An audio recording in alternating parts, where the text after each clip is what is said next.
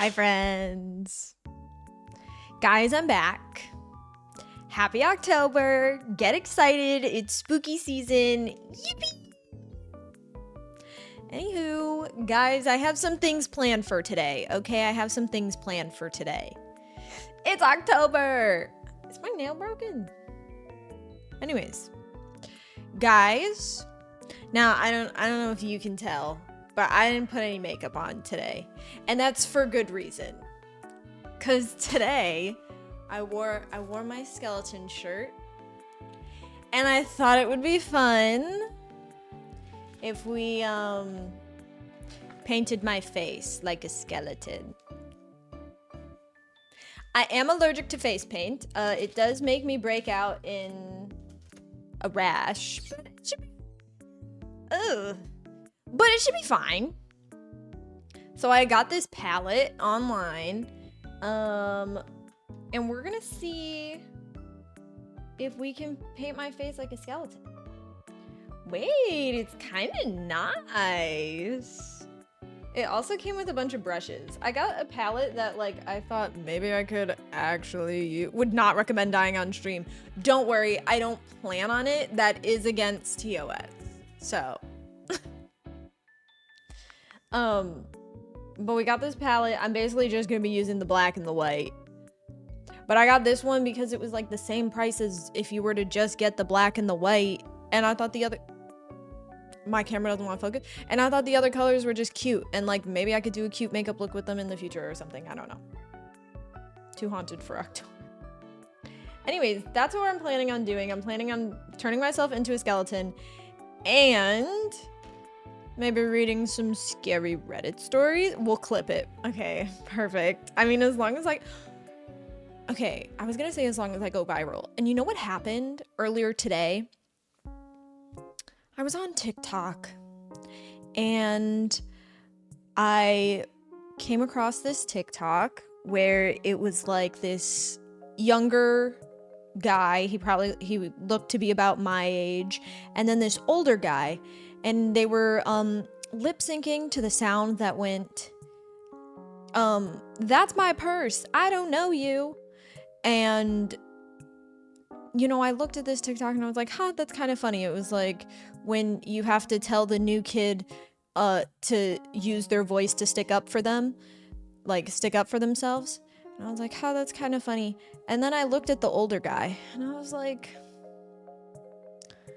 that man looks familiar. That man looks quite familiar.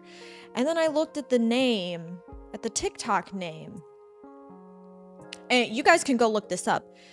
It's called Schumann Legal. And I went, Schumann?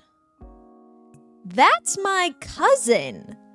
Who was gonna tell me that my like 50-something-year-old well, so here's the thing. He's my dad's cousin. He's my dad's first cousin. You know, it's my grandma's brother's kid. So he's my second cousin, technically, because he's my dad's first cousin. Anyways, known him my whole life. He's got like 10,000 TikTok followers. His freaking law firm's got like a bunch of fucking views. They've got like millions of views on their TikToks and a bunch of likes. And frankly, too many people in their comments talking about how attractive my cousin is, which is, he was like a father to me. Gross. Anyways, I can't believe I just like stumbled upon this. Who was gonna tell me that my 50-something-year-old cousin was more famous than me? Who? Excuse me? It really threw me for a loop. I'm not gonna lie. Yeah, I was really taken aback. So, anyways. What were we talking about? I don't know. We're gonna paint my face to look like, a skeleton, and we're gonna read spooky stories, and we're going to probably play a horror game or something. I know people keep asking me what mod it's from, and I'm gonna be honest, since I didn't know what any of the mods do, I pulled up the mod folder and I pulled up Nexus mods and I just looked up every single one. I I looked up every single one until I got to the details page that had the stuff. We're at 3.5 thousand.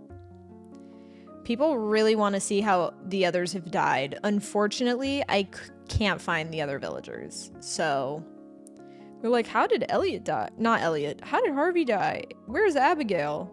I don't fucking know, man. Need a longer version of this. Oh my god, people want a long form video with the horror mods. We'll see. The ghost mod does not work, but I personally fixed the mod for Noodly Stream. Oh my god. You're awesome. I did update the mods earlier though, and it does seem like stuff is still kind of like fucked up a little bit. Who cares? It works and it's fine. Guys, let's make me a skeleton. So here's the thing. I did this once. Probably 8 years. Dude, I hate... This is why I wear makeup not every day, but every stream. I look rough. Congrats, guys. You're welcome. It's the raw and real Noodly. I don't even put that much makeup on. You guys actually probably can't even tell. How do I put this on? I want to get the hair, all the hair out of my face. I think it's like this.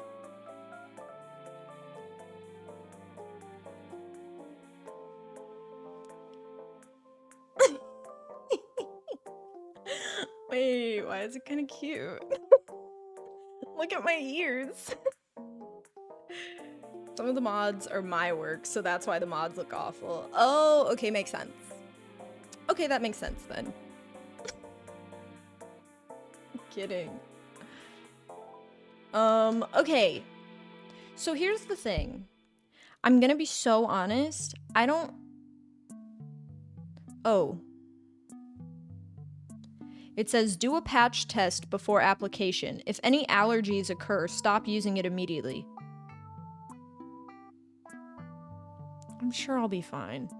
I've only ever had an allergic reaction to every face paint I've ever put on my face, but it'll be fine. Live patch test. Now, I don't know, since I literally just opened this today, and I have no idea if this is going... This is like really tight on my head. Kind of hurts. Ouch, it kind of hurts. It's kind of pulling my hair. Ouch. I don't know if this is gonna wash off. I didn't do any patch tests. I don't know. I got these little sponges so I don't ruin my actual makeup stuff. I didn't do any patch tests. I don't know if it's gonna wash off. I don't know if it's gonna give me a rash, but surely we'll be fine. Surely I might not be here when the asphyxiation happened. Where did I go? Camera? Hello? I'm still here, I swear. Anywho. Camera keeps unfocusing. It's because we're haunted. It's because it's October. The ghost came out to play. Anyways, I'm just gonna go for it. I'm gonna put a whole layer of white on my face, and then we're gonna I looked up like one picture. These people go crazy hard when it comes to like makeup, so I'm gonna not go that hard. I used to be really good at makeup, I can't even lie. I used to be pretty freaking decent at makeup, but not anymore. And I don't want to get it on my mic, but we're gonna see what happens. See, I can't even tell if like, oh, okay, we're just gonna go for it. I'm gonna get like a bunch on my sponge and just start going at my whole face. Perfect. Now I did grab a little mirror. You know what? It came with these brushes. These are paint brushes. Like actual paint brushes. Now, how would one open this? Now, how would one... I don't know. Now, how would you go about? I'll get there eventually. I was expecting maybe, oh, I don't know, some sort of makeup brush, but also, I think people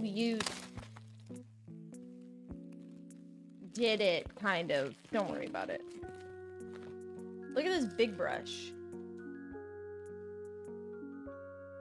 It smells like chemicals. Time to put it on my face. Let's see if this works better than the sponge.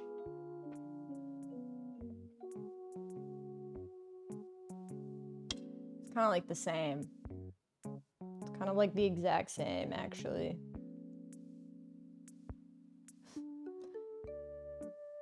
What's up, Big Merle?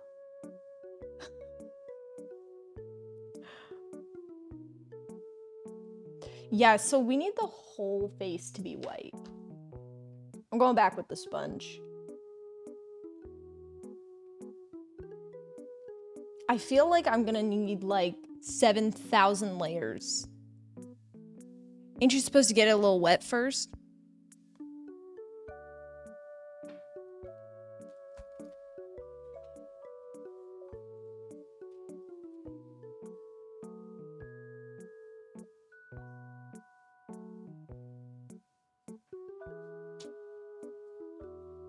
I got it a little wet.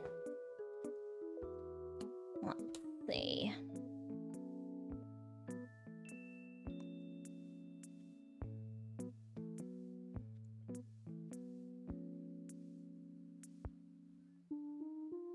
I fear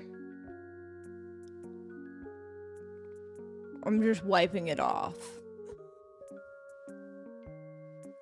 It's kind of working.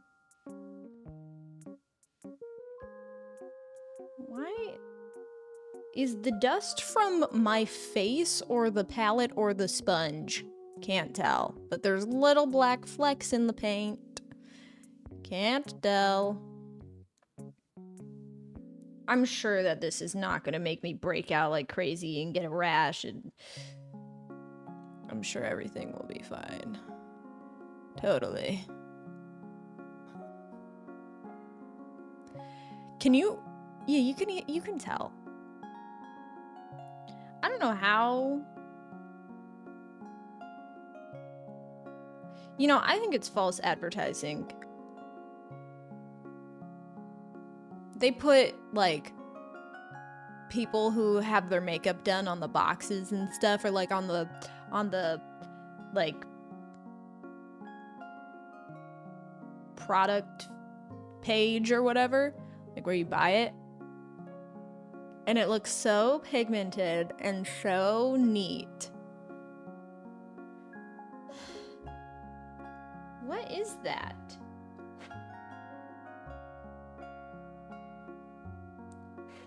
Oh, that's where the black fuzz is coming from. It's flying everywhere. Yeah, that's my fault. I don't know why I needed to do that anyways. It's by the same photographers that take pictures for fast food ads. So true.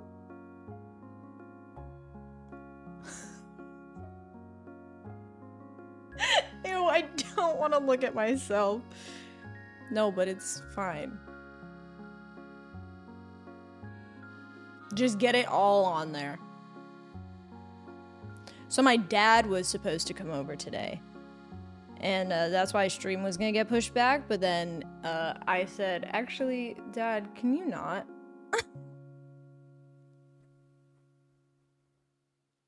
I think he would approve. This reminds me of the clown meme. I could turn my face into a clown, it's just I'm wearing a skeleton shirt. And so I thought a skeleton would be more fitting. I had other plans for this palette, but we'll see. I'm not gonna lie, I can feel my face. You could have streamed with your dad.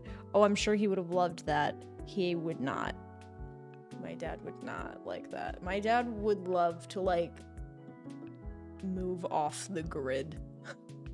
My dad does not want to associate with the internet.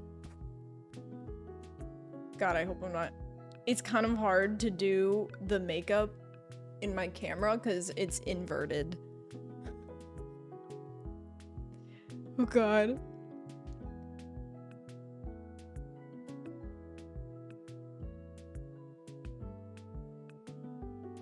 Your dad is probably secretly a Diamond League player. My dad?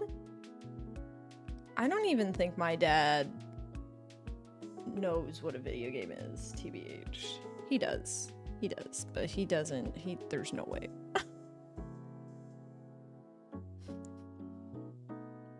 Can I report this stream for whiteface? I don't know what you're talking about. I don't know what you're talking about, actually.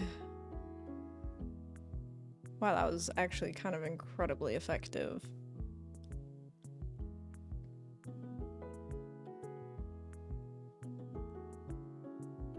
Am I gonna have to go over my eyebrows? Are my eyebrows gonna be black or? Too late. Too late. So I was just thinking the other day about like a high school reunion and you know how badly I would love a high school reunion so I could see what everybody's up to and whatnot. I don't think I want anyone to see what I've been up to. I don't think they need to see. Guys, I'm kind of killing it. It is oh, why was that one so pigmented? It is getting in my hair a little bit, but you know how it frickin' be what it frickin' do.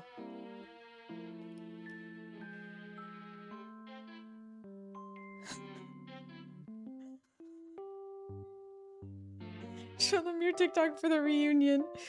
Yeah, they'll love it. No, they'll love it. And everybody who called me weird growing up, I feel like we were kind of freaking right, actually.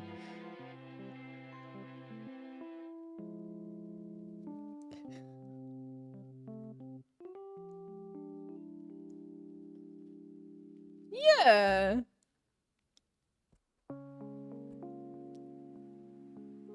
I think this is great. Good base. Oh, it's all over my hands. Wait, should I go wash my hands and see if it washes off? It's just white. It'll be like I'm wearing sunscreen, you know? I don't really have any interest in the people I went to high school with. I escaped the hood. They're overly proud of still living in the hood. I have an itch. Oh no. I'll be right back.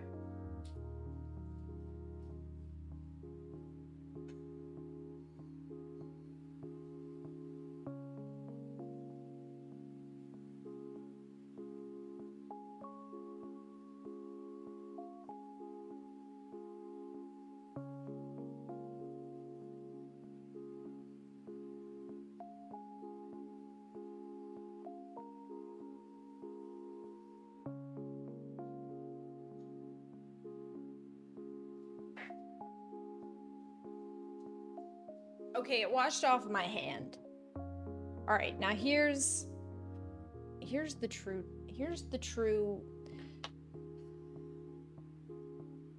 Guys, this is where I could fuck up. We gotta paint my eyes black. Now this is where I'm scared. Like, what happens if it doesn't wash off? Oh God.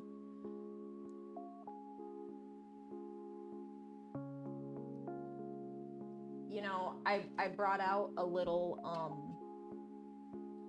mirror. It's a blush. I'm gonna use this and not the camera, because otherwise we're gonna have some trouble. That stuff. Just go goth. Perfect. I could like make myself look pretty, but what's the fun in that? What's the fun in being pretty?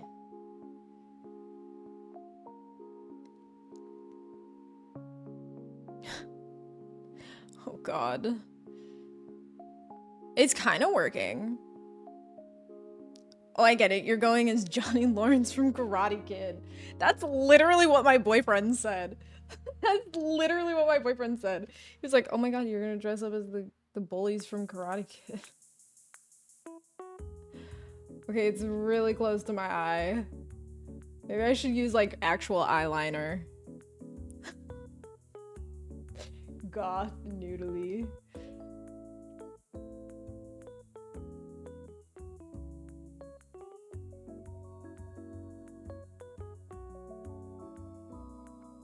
Okay. He's a keeper. Put a ring on that.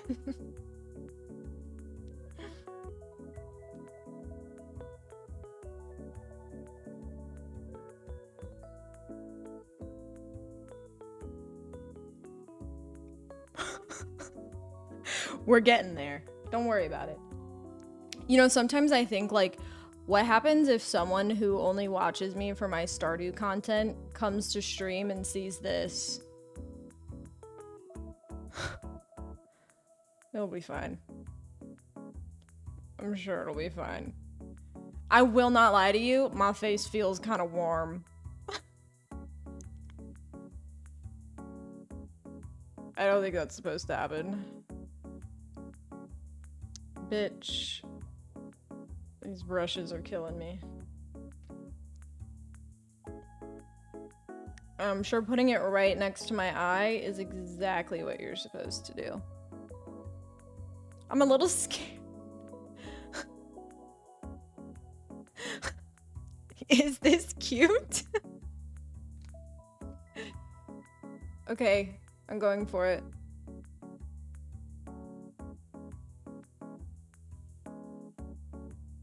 What's the worst that could happen?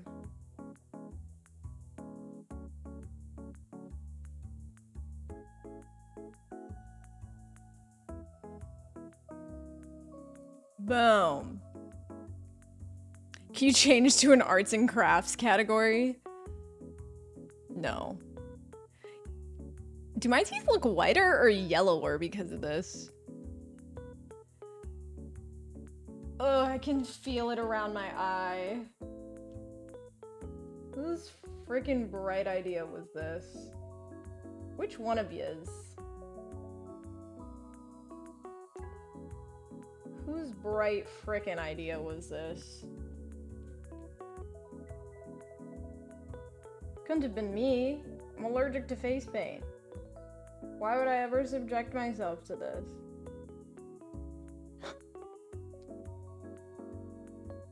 Thank you. Sorry, my bad. It's on me for not stopping you. Oh god.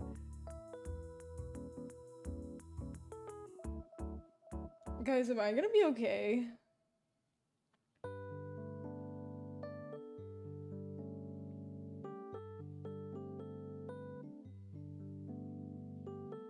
I opened my eyes too wide and it is burning my eye. No, it's gonna be fine. You guys need to relax.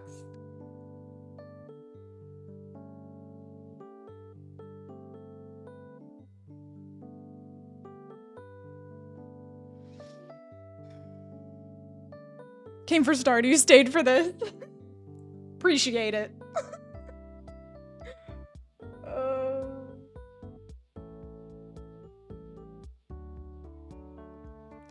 I messed up a little.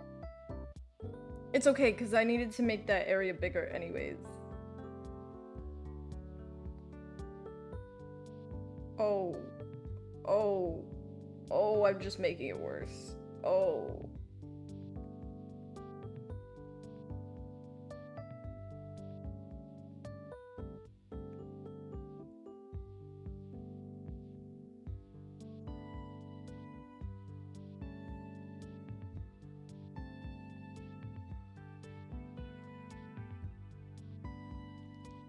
I'm sure it's fine. And I'm sure this is gonna wash off. No freaking problemo.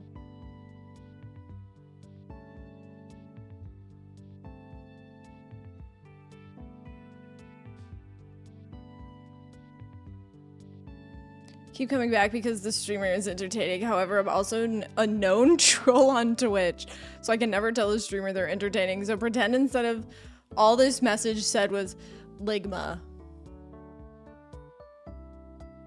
Now you look like Fiona from Shameless. What the fuck? I think Emmy Ross is very pretty. And I see myself as the ugly version of her. Okay, let's do the nose. Let's do the frickin' nose. So it kind of goes like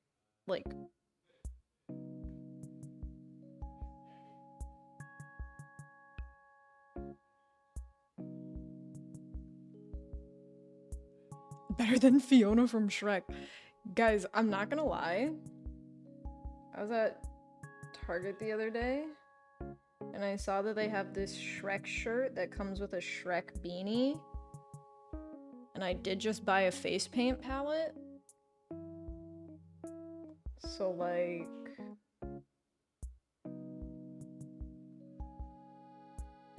you know, what if?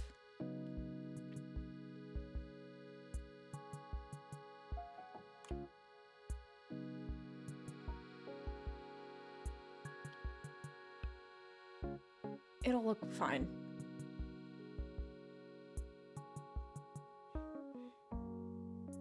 Really get in there. Really get in the nostrils. Really make sure that I can get this face paint into every crevice of my body.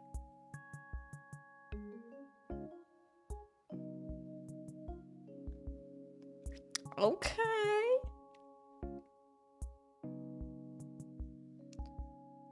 It smells like crayons. It smells like frickin' crayons. Target was canceled? Wait, why was Target canceled?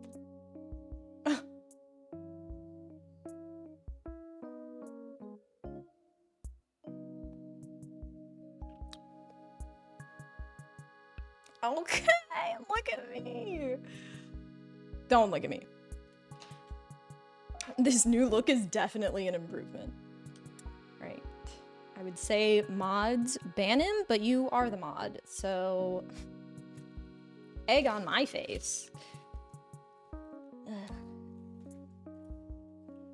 All right, now here's the hard part. The lips, which also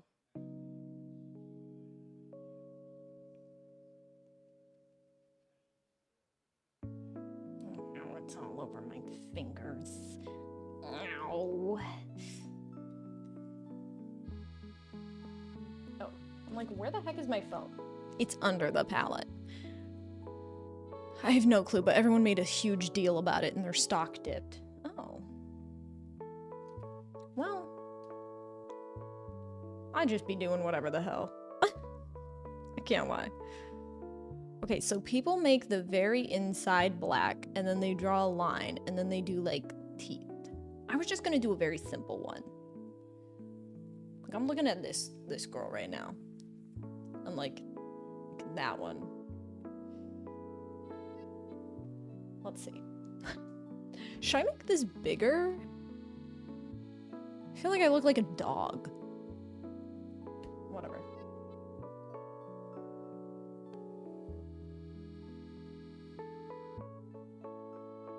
Oh, I love this song.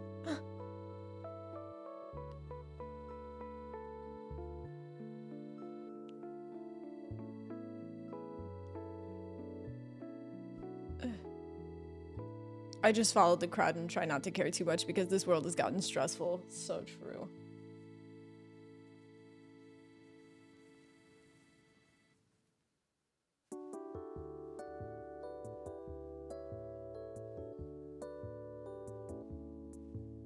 Mama. You know, on camera, it looks kind of weird. It looks so much weirder in person. You don't even know.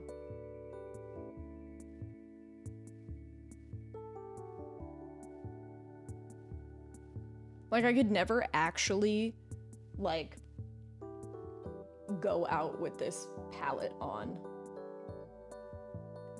I mean, I could. I just look like a freak. Dude, McDonald's is cheap. Their app deals are like some of the best.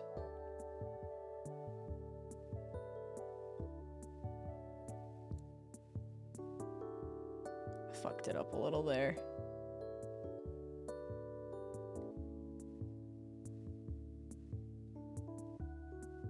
Yeah.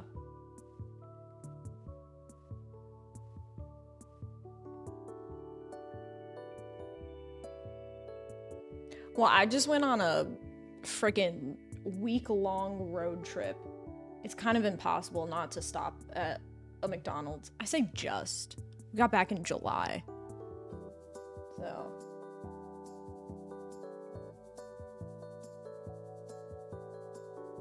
Wanna know how I got these scars? Oh no, I touched my chin to my freaking mic. You know what the most exciting place was that I went to? Bozeman, Montana. Nobody talks about Montana enough. It's an incredible place. Probably one of the most beautiful states. It's incredible.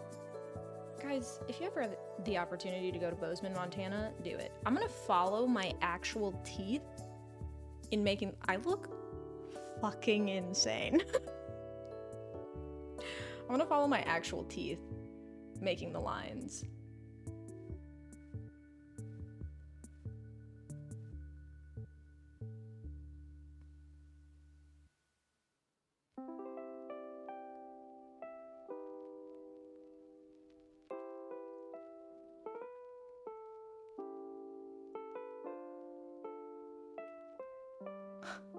I look crazy.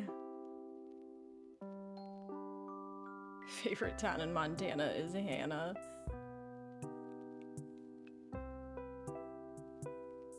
No, but genuinely, Bozeman, Montana, it slaps. It's awesome. Really enjoyed my time there.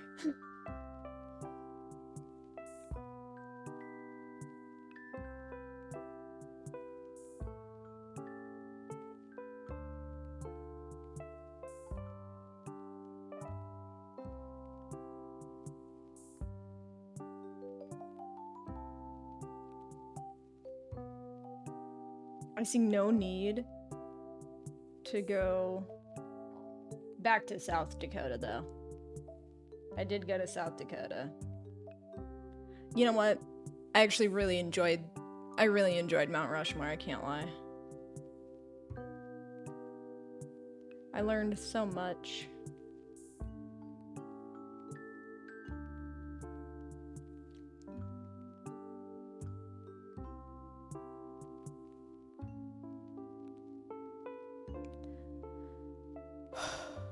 It was South Dakota, yeah. It's okay. The Badlands were pretty cool. Although I went when it was like literally storming. And it was so scary. There was like lightning striking the open field right next to us. Those are rough.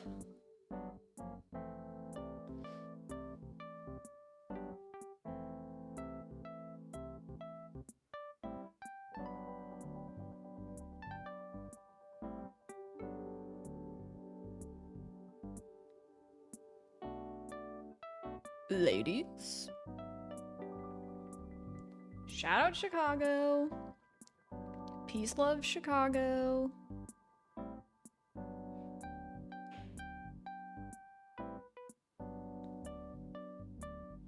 You know what's so silly is that literally right now my boyfriend is in like a meeting with his like manager and stuff. This is me. I don't. And you know what? I wouldn't have it any other way.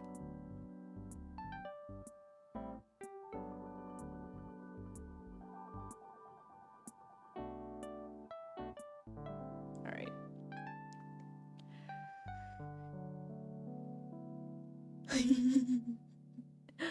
Facts. The Riverwalk is beautiful, but there is just one little hiccup along the way.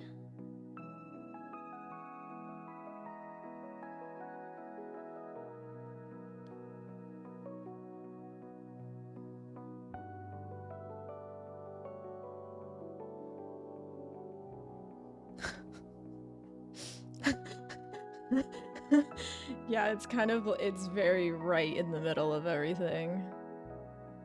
Hard to miss. Unfortunately, it's like a pretty cool building.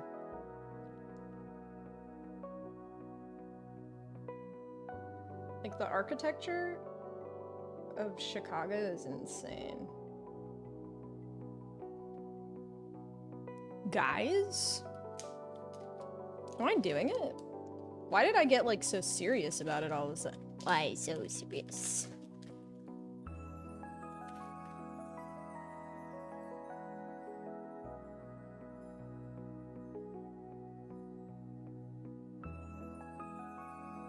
Yippee! Screw work.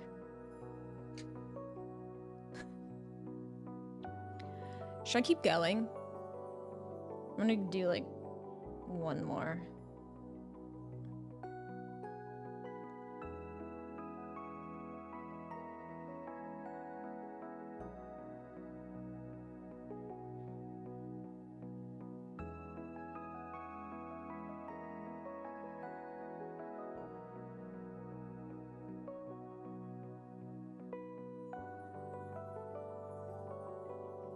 Yeah.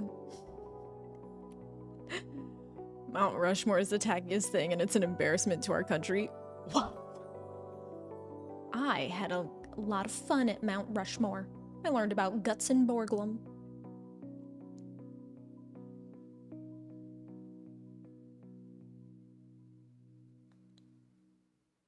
I can't help but think I'm like eating some of the face paint. Oh well. See if I can fix up my eyes a little. Not, you know what? Maybe I shouldn't. Maybe I should just leave it like how it is so I don't like die. Okay, so here's the thing that I've been seeing a lot of people do. I should have grabbed a paper towel, but I didn't. Here's what's gonna happen. I'm gonna take another one of these. Stone Mountain is tackier. Learned about Crazy Horse. I didn't get to see Crazy Horse. I wanted to see Crazy Horse too. I wasn't actually supposed to see Mount Rushmore at all, but I was like, we can't come to South Dakota and not see Mount Rushmore. So they do like this. Trust the process.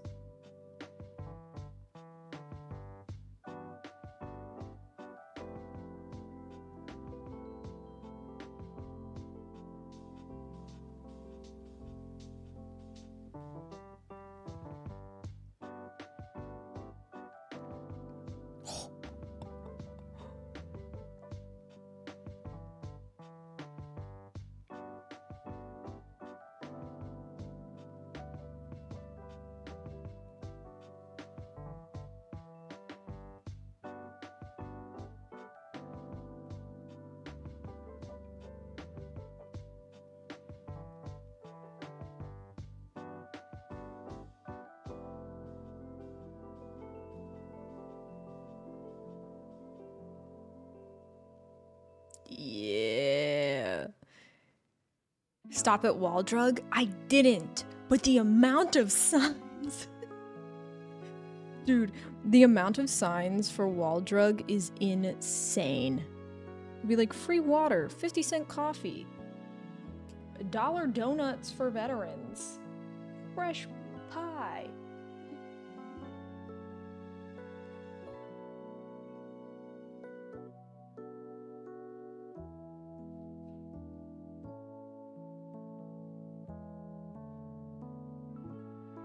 We couldn't stop too long in South Dakota. We had to hit Montana. Not Montana.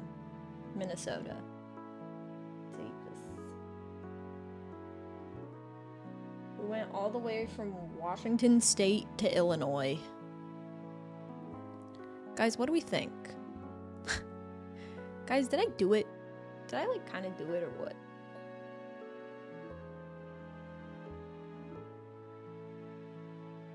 I feel like I gotta stop here for my own sanity.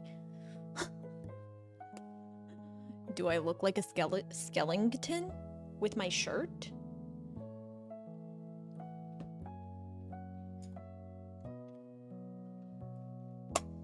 I think I did a pretty good job. What can I say? Look at me go. I need to like... Yuck. There's stuff everywhere. This stuff just freaking everywhere. I gotta wash my hands. BRB.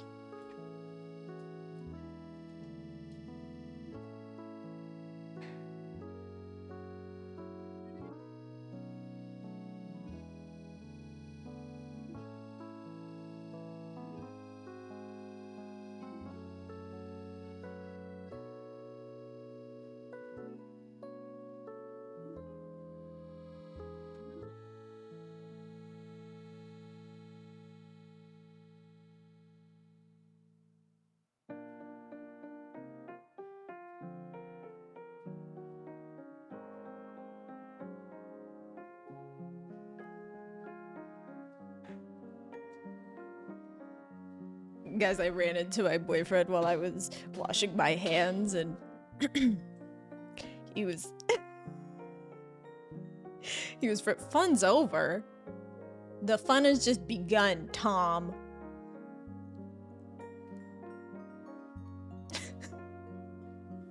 Not my baby hairs being all messed up. Well?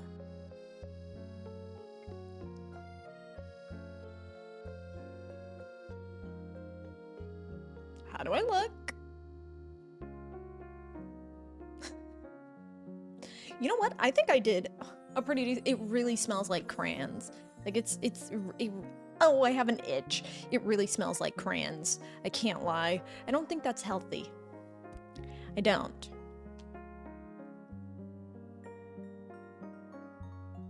It also kind of hurts. I don't think that's healthy either. Guys, listen, so I prepared something for us. I prepared something for us. I motioned this to turn into a 24-hour stream. It's spelled crayon. What are you, I'm confused. Crayon? Crayon. Please. Who says crayon? Very good. Shut up. Shut up. Guys, I prepared something very special for us. Proper English speakers. Whatever. Tom, you live in Florida. Nuff said.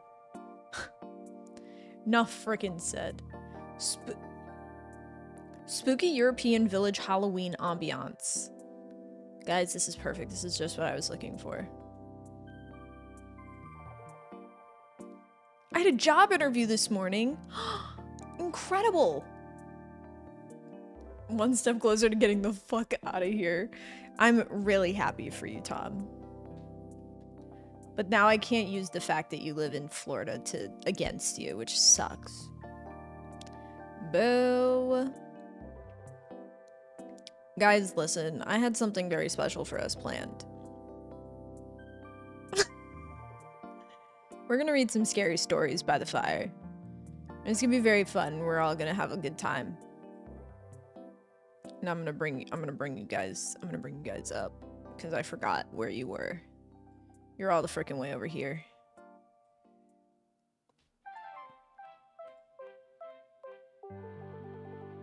Unfortunately, no one can escape the US.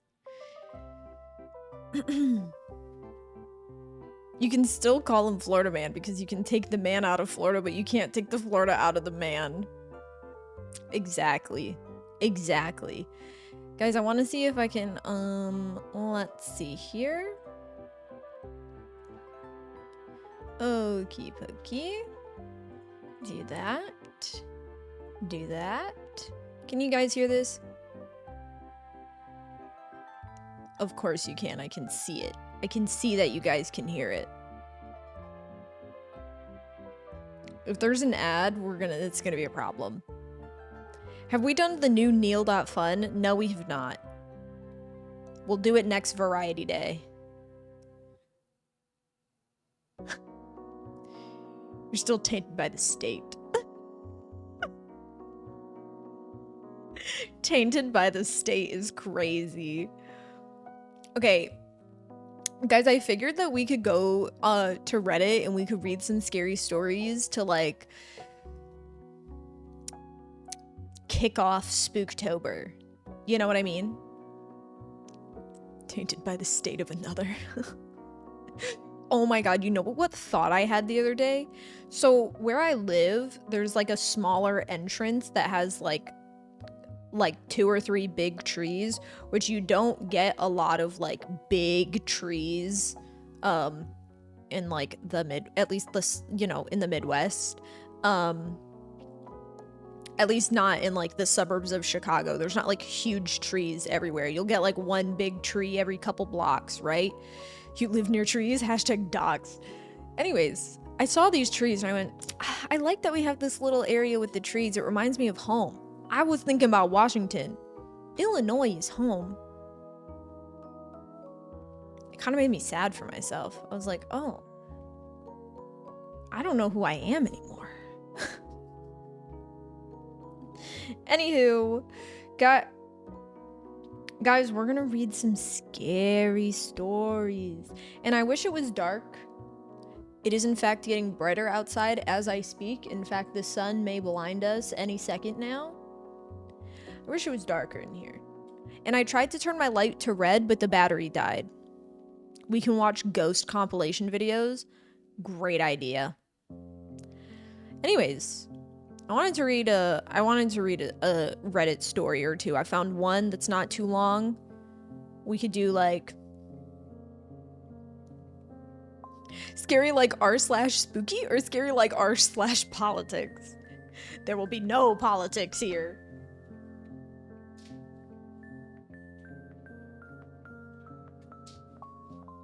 Did that make it darker? It did. Just a little.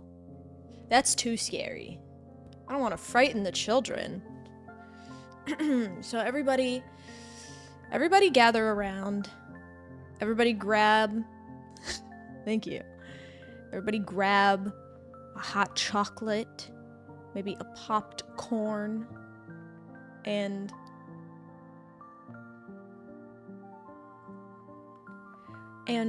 let's first of all put it in dark mode. Thank you. How about that Caesar guy running for council? Tom. Okay, go grab your snack. Grab a snack. Grab a snack, grab a drink. I have to sneeze. I have to sneeze. I can't touch my face. It hurts. Can't lie, my eyes are burning just a little and my nose itches. Caesar 59. I can't even drink water. What if I am having an allergic reaction? Guys, if I go into anaphylactic shock, you're gonna clip it, right? It shouldn't happen. Hopefully. Tom, I literally... Okay.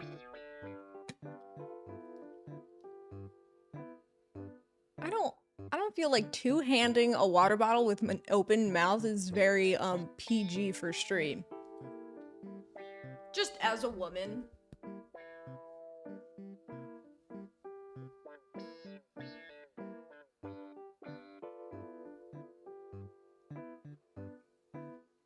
I did it.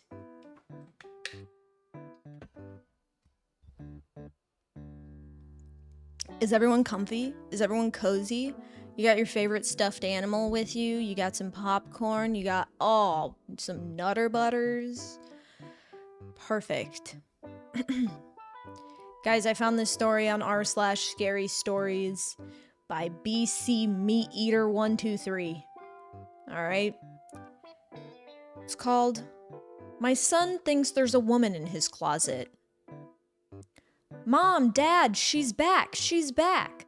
My 8-year-old son burst into our room screaming, the door banging against... What? My 8-year-old son burst into our room screaming, the door banging against the wall as he dove into the darkness where my wife and I were trying to sleep. Richard, I groaned, voice thick with exhaustion, my eyes still half-lidded. Told you 1,000 times, she's not real. He scrambled straight onto the bed and into Sarah's arms. She gathered him close without hesitation, soothing him with soft words and a hand stroking his back. It's all right, honey, you're safe, she whispered, kissing the top of his head. Then her eyes flicked to me, sharp and urgent. Mike, can you check Richard's closet, just to be sure? I rubbed my face, trying to shake the weight of sleep. Babe, it's not going to... Her stare cut through me, colder than the night air. No words, just a demand.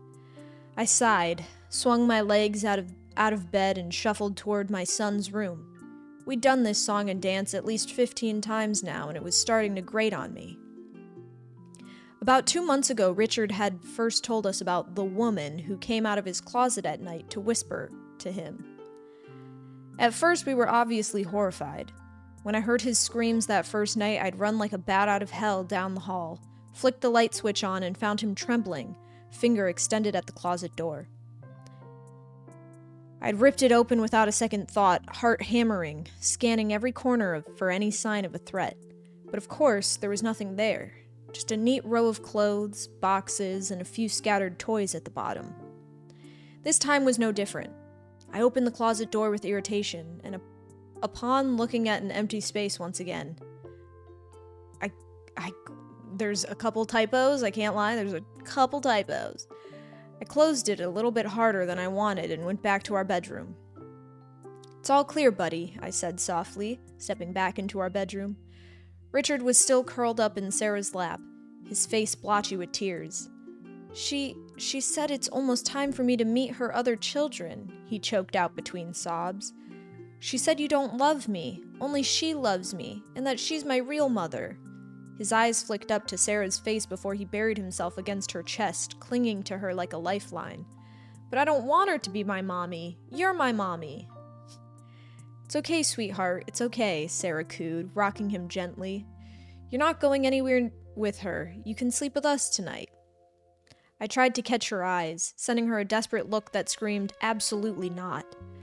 But she wouldn't meet my gaze, and it was clear I had no sway in this. Dude, my nose itches so bad right now. Sarah curled up with Richard, whispering comfort into his hair as his little body shook with exhaustion. I grabbed my pillow and trudged to the living room, resigning myself to another night on the couch. A glance at the clock on the way out, 3:45 a.m. If I was lucky, maybe I'd steal a few hours of rest before the alarm yanked me up for work at 7. Richard's night terrors were getting worse. What had started as once or twice a week had snowballed into nearly every night. The constant interruptions, the same routine over and over. I was starting to feel the edges of my sanity fray. We tried everything. Night lights, leaving the door cracked, sitting with him until he fell asleep. For a while we thought it might help, but every night the same thing happened. The screams, the tears, the panicked rush to his room, over and over. What used to be once or twice a week had turned into a ritual, a relentless routine that left us staggering through the days like zombies. When morning finally came, I was pulled from a shallow, twisted sleep by the shrill whistle of the kettle. My neck throbbed from the awkward angle of the couch cushions as I pushed myself upright. Richard sat at the table, still in his pajamas, spooning soggy cereal into his mouth. Sarah hovered beside him with her mug clutched tight, her face pale, eyes rimmed in red. She looked like she hadn't slept either. I forgot to turn it on, Tom. Tom, you got freaking scammed. I forgot to turn it on. Try again next time. Try again next time. Okay.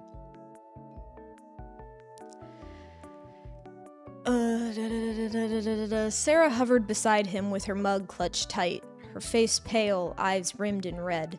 She looked like she hadn't slept either. "Morning," I muttered, grabbing a mug from the cupboard. Sarah only hummed in response, staring at Richard like she was watching him for signs of something she couldn't quite name.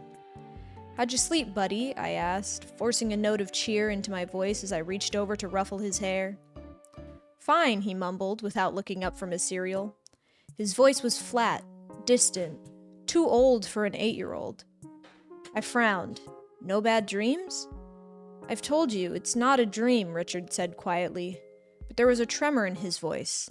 "She's real." "Richard, please, it's not—" "You don't listen!" he suddenly shouted, the words bursting out of him like a dam breaking. He shoved his chair back, startling Sarah so badly she almost spilled her coffee. "She's real, she's real, she's real!" Okay, I said, hands out, trying to calm him. Richard's small chest heaved. His eyes welled with tears before he collapsed back onto the table, his forehead pressing into his arms as sobs overtook him. "I should get ready for work," I muttered, the weight of exhaustion settling over me like a heavy coat. "No, there's a frickin' ad!"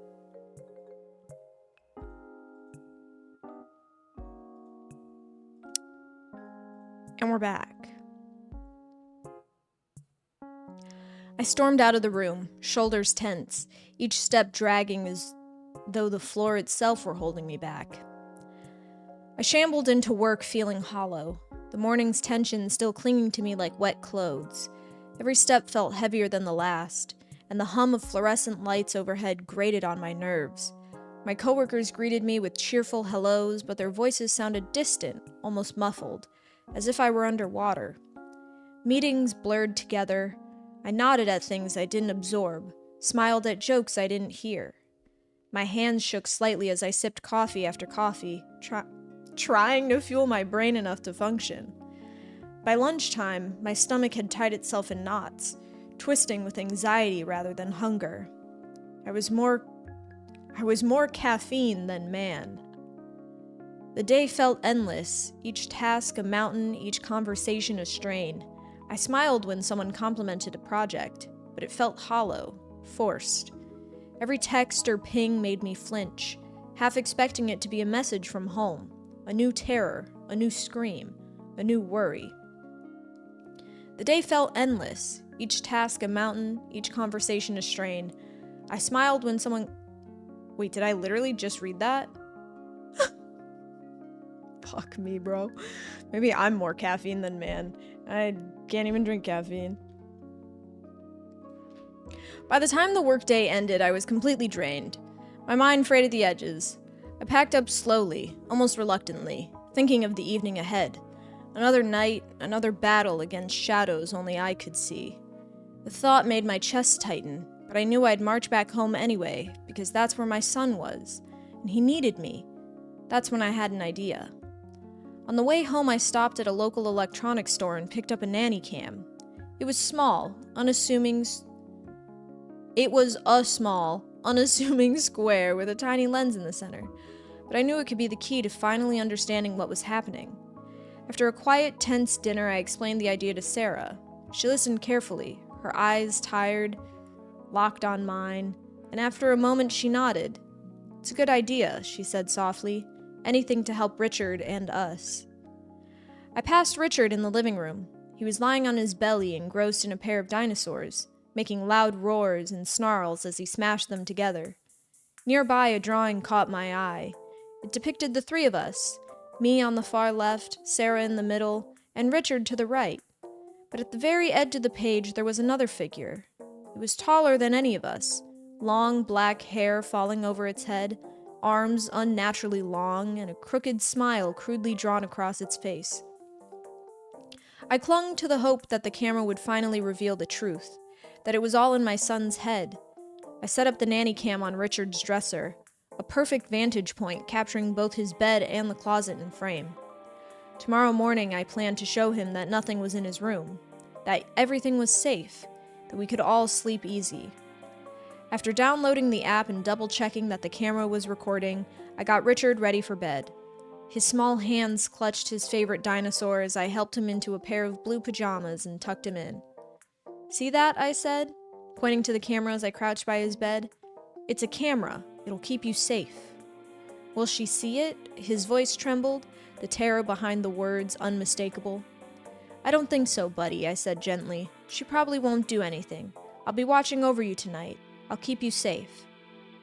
"Okay," he whimpered, convinced, or at least trying to be. "I love you, buddy," I said, leaning over to kiss his forehead. "I love you too, Dad," he murmured, eyes already heavy with sleep. I stood slowly, careful not to make a sound, and left the room, leaving his door cracked open. I awoke in the morning, surprisingly rested, glancing at the clock. Glancing at the clock, I realized it was already 8 a.m. Sarah lay next to me, her soft snores filling the quiet room. I carefully swung my legs over the side of the bed and crept towards crept toward Richard's room. I gently knocked on the slightly ajar door before peeking inside. He lay on his back, blankets pulled up to his chest, staring at me with a solemn, almost blank expression. "Morning, buddy. Sleep okay?" I asked softly. He simply nodded. "That's good. Are you hungry? I can whip up some pancakes if you want." Richard nodded again. He was no doubt heavy with lingering sleep. "All right, bud. I'll let you snooze a bit longer. I'll holler when pancakes are ready." It says, "I'll holler when pancakes are ready." I shut the door quietly and made my way to the kitchen. The rest of the morning passed without incident. Richard emerged from his room about an hour after I had checked on him, absolutely famished. He devoured 6 pancakes with barely a pause, but he remained quiet, speaking little. After breakfast, he quietly went off to play with his toys. After showering and getting dressed, I decided to show Richard the footage from the nanny cam. Pulling out my phone, I opened the app and began reviewing last night's recording. I watched myself lean over his bed, planting a gentle kiss on his forehead, whispering that I loved him and then quietly leaving the room. The camera's night vision kicked in, bathing the room in an eerie, pale green light. I fast-forwarded the footage a bit, stopping just after midnight. The closet door creaked open, a thin, almost skeletal hand pushing it aside. On the screen, I saw my boy jolt upright in bed, his eyes snapping to the darkness. Before he could even scream, something surged out of the closet. A tall, impossibly pale figure, its long black hair spilling down over its chest like a waterfall. It wore a torn, dirty, knee-high white gown. The arms were grotesquely long, outstretched as it rushed towards the bed. In one smooth motion, it clamped a hand over Richard's mouth, smothering any sound, and with the other arm scooped him up as though he weighed nothing. It held him to its chest, rocking him slowly, almost tenderly, like a mother soothing a frightened child. My poor boy's small fist pounded against its chest. His legs kicked wildly, but the thing didn't flinch. It simply tightened its grip and continued its eerie rocking, staring down at him with hollow, unblinking eyes. Then it carried him off into the closet. I watched in horror, my stomach twisting with dread, and fast-forwarded the footage. About 30 minutes later, the thing returned, moving silently from the closet. This time it carried something. A doll, pale and lifeless, cradled in its long, spindly arms. It set the doll carefully on Richard's bed, then glided toward the dresser. From a drawer, it pulled out a pair of pajamas and with deliberate care dressed the doll in my son's clothes. A soft, almost affectionate tap on the doll's head followed. Then the figure retreated into the shadows of the closet, closing the door with a faint click. I held my breath, watching the doll. Slowly, impossibly, it began to grow. Its limbs stretched, its torso lengthened, until it matched the exact height and shape of Richard. Even his hair was the same. The doll, No, the thing was now indistinguishable from my son, and a cold, creeping terror wrapped around me like ice. That thing in my house is not my son. I don't even know why I'm writing this. Maybe because if I don't, no one will ever know what happened here. Maybe someone will at least understand what happened to my boy. Richard is gone. She took him. I haven't told Sarah. She thinks Richard's been quiet today, that he's just tired. I can't tell her. She wouldn't believe me. Or maybe she would, and then she'd go crazy like I am. I don't know what to do. I can't go to the police and tell them a monster took my child. They'd lock me up. Please, if anyone ever finds this, help us. My son is out there somewhere. She took him somewhere. I don't know if he's alive or dead. I don't know if she's keeping him. I'm gonna try tonight. I'm going into the closet.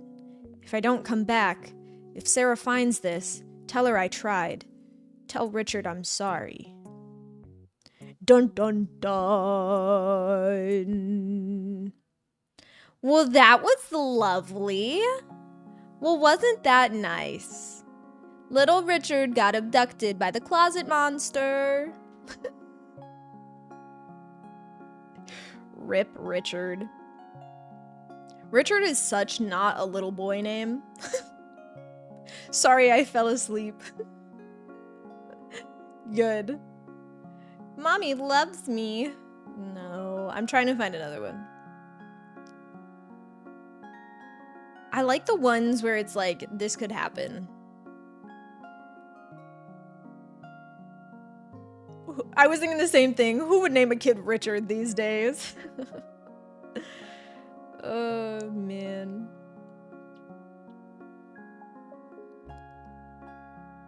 What is this? Okay. This one is called the Navly app. Navvly. By Dude It's Brian. Denise. I'm gonna kill myself. In game. Sorry, I'm illiterate.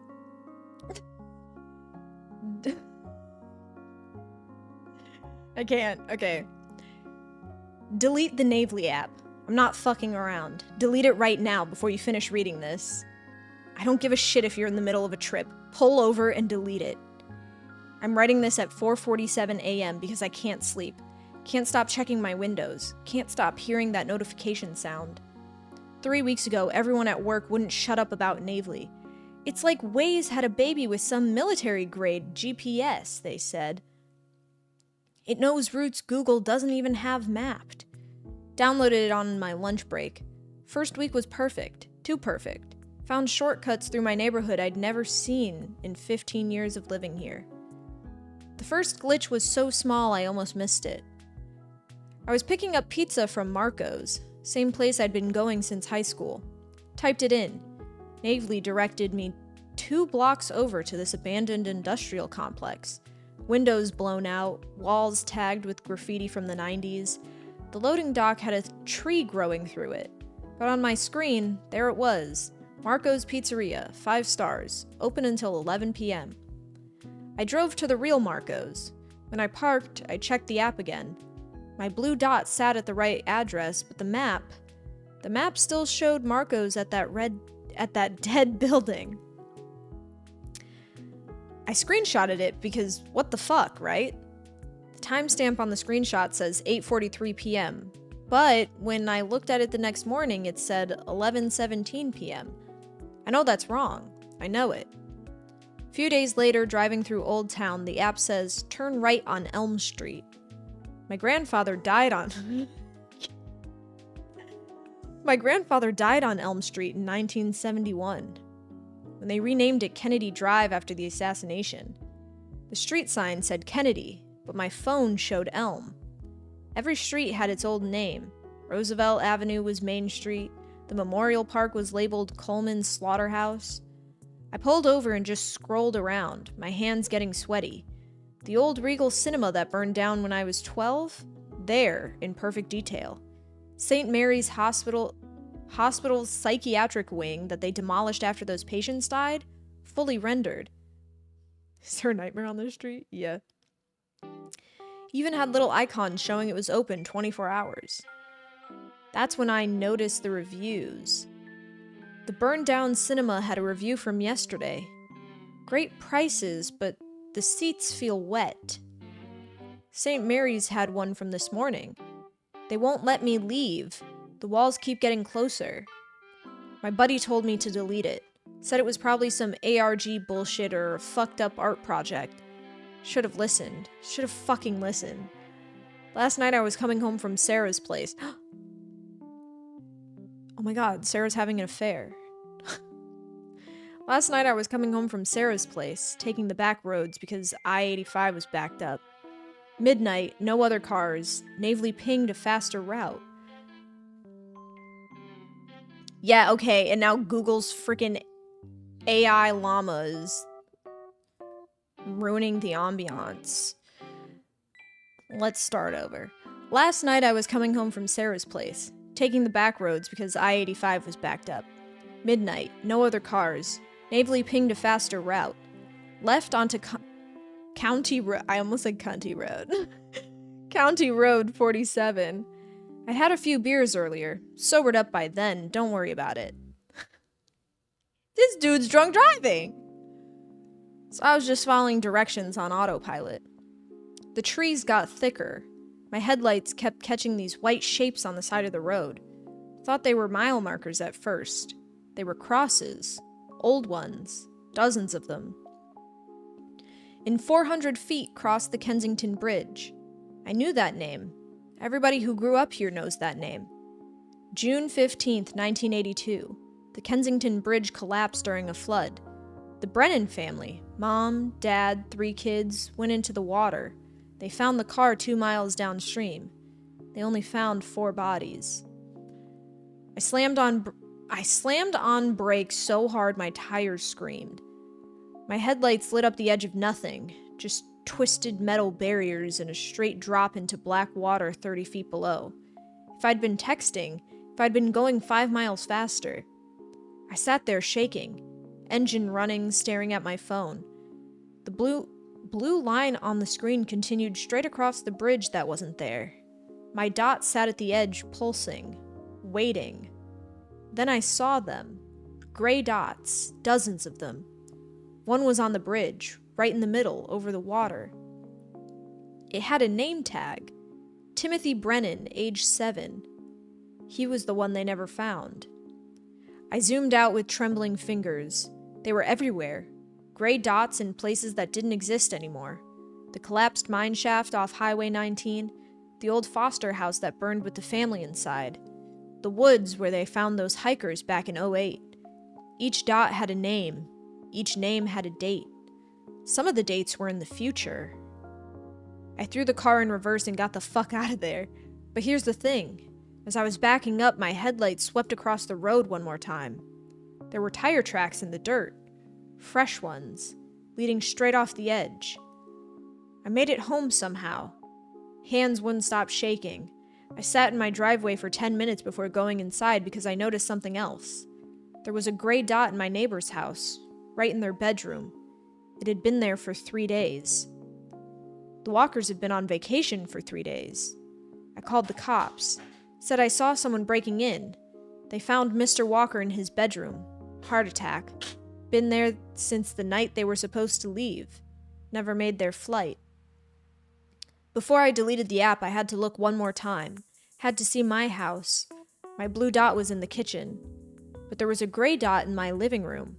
It had my name. Tomorrow's date. And there was another one behind me. This one didn't have a name yet. It was just following my blue dot around the house, room to room, getting closer. I deleted everything. Factory reset, threw my phone in the garage, but I can still hear it. The navigation voice. The cheerful fucking recalculating sound. It's coming from inside the walls. I went to check my laptop to write this, to warn everyone. Navely was already installed. I never downloaded it on my laptop. The map was open, zoomed in on my house. The gray dot with my name isn't in my living room anymore. It's in my bedroom. Timestamp 5:03 a.m. It's 5:02. There's something at my door. It sounds wet. Like it's been in the river for 40 years. The doorknob is turned. And that's it. Dun dun dun. I don't really get that one. I'm gonna be honest. I mean, it was pretty good. Pretty good. Pretty spooky. You know what? I did say I like the ones where they're writing as if like something's happening right here, right now, and they just got to get it out. You know what I mean? Let's see. Let's do one more. And we'll pivot to something else. Ew.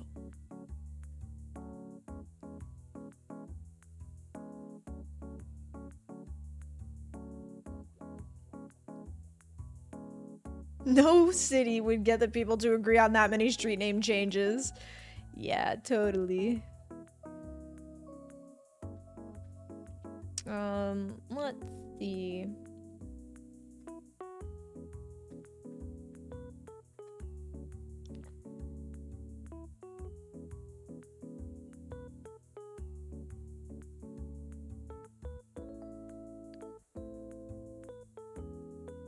Interesting. Okay. Oh my god. No, what are the fucking chances? Guys, this one is called Motion Detected by Dude, it's Brian. Whoa. Shout out Brian. Guys, I want to drink water, but again, I don't want to just shut up. Don't look at me.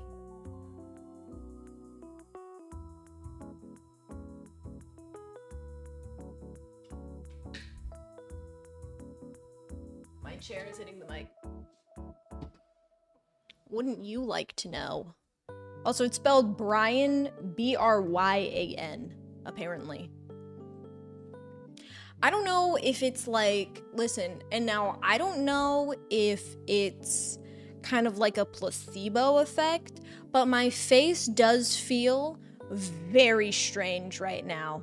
Like super strange. Like tight and hot, and my throat's dry. But I should be fine. No, it should be fine. I've only ever been allergic to like every face paint I've ever tried, so it should be fine. Guess this means Brian survived whatever was at his door. I think, okay, this one was posted 5 days ago, and the one we just read was posted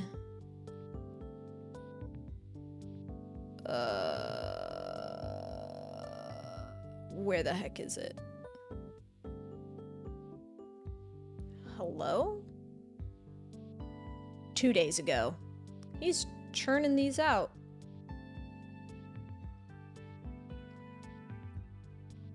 Read real scary stories. Like what scary stories? You know, like r/scary stories? Okay, we don't have to listen to Brian anymore. Scary stories to tell in the dark. Non-fiction. Non-fiction scary stories.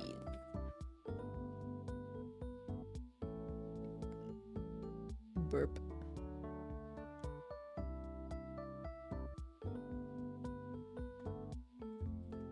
See, the problem is I don't know how to find those.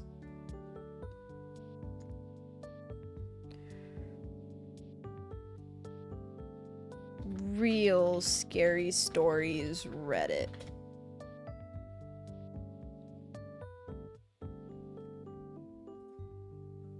Okay, r/true scary stories. Let's see. The Hungering. That can't be true.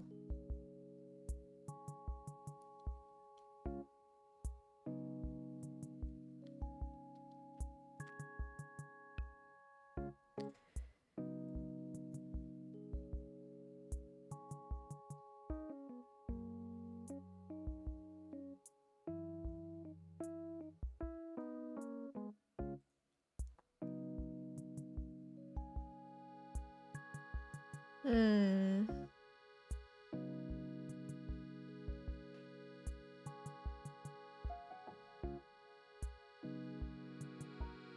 This one was posted 1 hour ago. It's very short, and it has, in all caps, "This story is 100% true." Okay, let's see. This one is called, I guess it's not really a story, so it's just, they titled it, "Random Doorbell Ring at 10 p.m. by Siku, Czikoo. I would like to excuse me for my English, as I'm not a native speaker, so it might not be good. This story is 100% true, and happened around a year ago.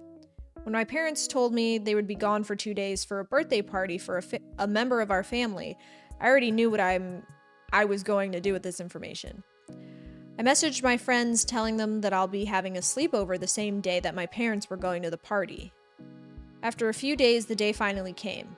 It was Friday, and after I came home from school, I went to the store to buy snacks and drinks for me and my friends. After all that, I waited for my friends to arrive. One friend came at around 6 p.m. and the other one around 7 p.m. I greeted my friends and my parents were leaving, took the car, drove off, and just like that, we were left alone. We played some board games, laughed, talked, but then came 10 p.m. And around then, we were sitting in my living room. I'm really trying to piece together the kind of broken English, I'm sorry. We were minding our own business, but then we heard the doorbell ring. Our hearts stopped for a second. For the sake of the story, my house has 2 doorbells, one at the gate next to the road, which the gate opens to my garden, and one next to the door that leads to my home. I could tell that the doorbell next to the door rang because they were different sounds. We went to my kitchen that has a window with a view of my garden, but we couldn't see the door leading to my house. And to mention I had these little lights that were solar powered and motion detected, so they light up whenever someone is moving there. There was 0 light coming from them, so nothing must have moved. Called my grandparents because I thought it was one of them that rang the doorbell. Thought that because my grandpa was given the task to check on us in the morning and before dinner. It wasn't them, so I became curious of who or what rang the doorbell. The situation only happened once. My parents didn't have this experience before. And that's it. Says I don't exactly know if this story counts as scary, but either way I wanted to share. Sexy, this is what happens when we read non-fiction.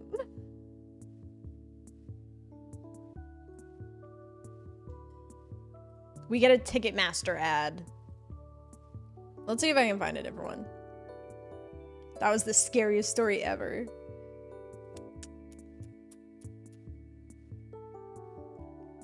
See, so many of these stories. Okay, you know what we could do?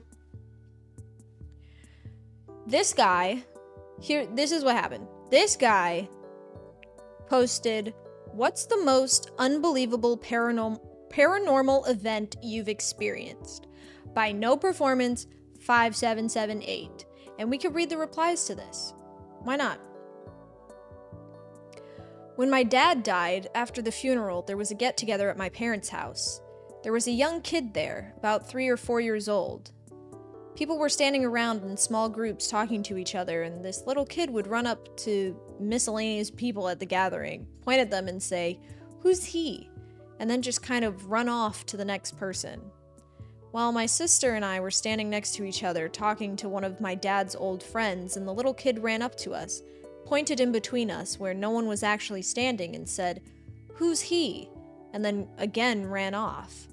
My sister and I just kind of looked at each other in shock, and all I could think was that maybe my dad was with us in that moment. Aw, that's sad, not scary, the fuck? Oh, that reply was by R.D. Finn. According bees into trap. Said, I haven't had one, but after my mom passed, my son and his 3 cousins were playing in the living room while I was in the veranda with my father, and they all ran out screaming that they saw my mom come down the hall and watch them in the living room. They said she looked grayish white and wasn't touching the floor. She only watched them silently. We went back inside and didn't see anything. They were so terrified to stay in the house after. They all still recall the moment 5 years later. Their dad isn't dead, their mom just said he was because he left to get cigarettes and never came back. That's crazy. Okay. Just a Girl 0079 says, this is gonna sound weird and silly, but I absolutely had a porcelain doll that wasn't right. It literally moved and made demonic, teasing faces, usually just hardcore staring at us, eyes wide. And this sounds crazy, but fangs. I didn't even admit that to myself until everyone else talked about it. My sister witnessed it multiple times, also my friends. My older cousins from California and Australia that were visiting did. Eventually my parents did, almost like she started slipping up. My mom shoved her in my closet after she had her own experience. I was still upset because I tried to sleep but heard rustling and very quiet giggling in my closet. My mom reassured me but waited by the door when she left my room and heard it too. She quickly grabbed it and said no more and put it in the garage. My dad burned it. That thing haunted my nightmares. It was a very regular occurrence. The nightmares and weirdness stopped. I didn't know what happened to it until a year ago.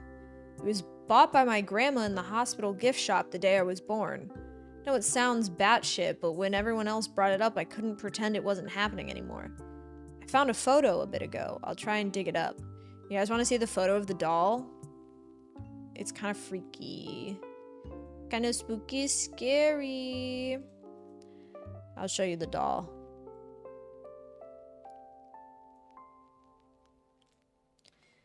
Do.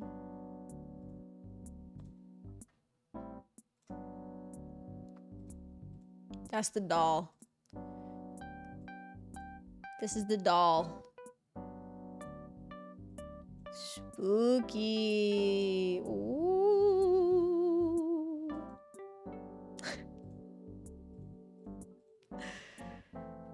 All right.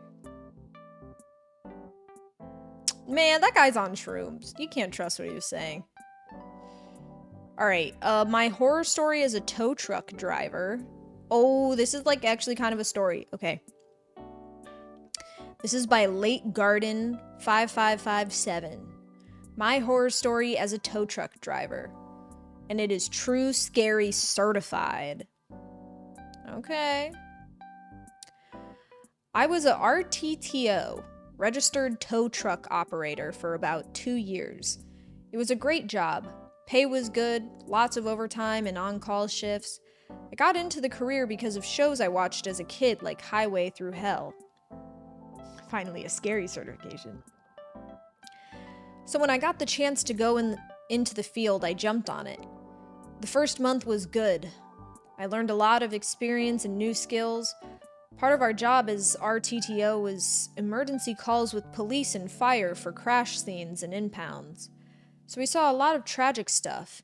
DUI fatality, hit and runs, non-DUI fatalities, etc. The job can be very emotionally and mentally draining and can mess you up if you're not careful.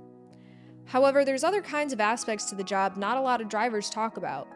The paranormal, odd stuff, or calls that unsettle you. Almost every tow truck driver has experienced it. It was a snowy, cold November night in 2023. We didn't get a lot of calls that day, so I was just chilling at the shop for my on-call shift. The night was going very slowly.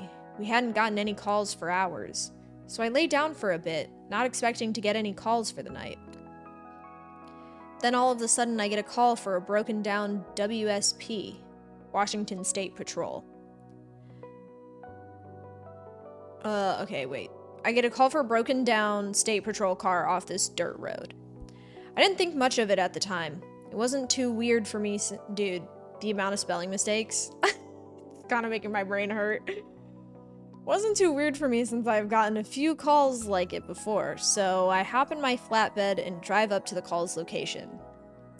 The directions took me a good 30-ish minutes outside of the city to the mountains on I-90. By the time I get off the freeway, it's super foggy and very hard to see, so I took it slow and easy to be safe. I keep driving up the now dirt mountain road, and then I start to think to myself that this is a really odd road for WSP to be on, since they usually stay on the interstates and state highways.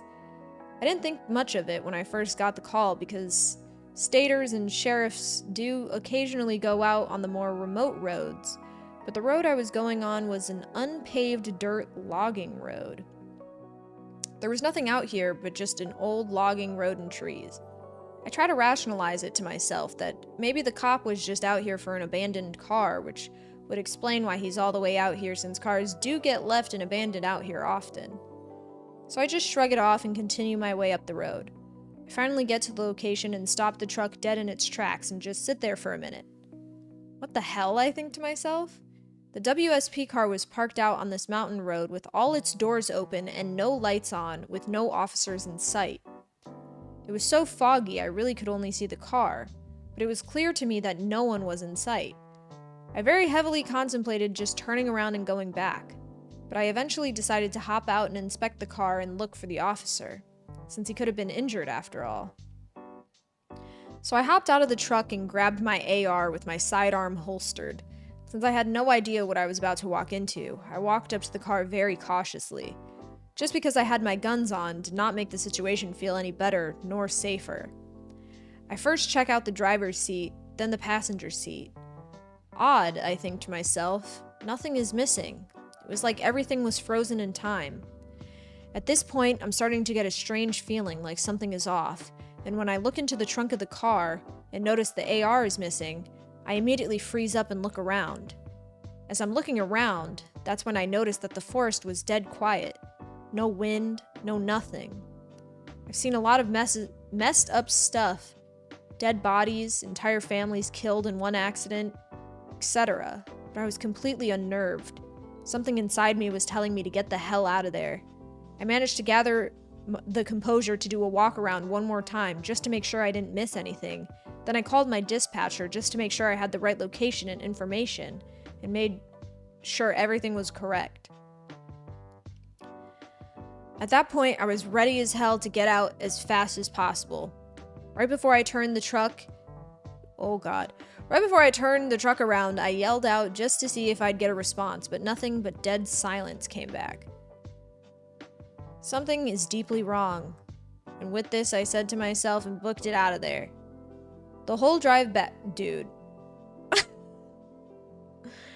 The whole drive back, I had this sick feeling, like I stumbled across something I absolutely was not supposed to see, or if I was even supposed to be there.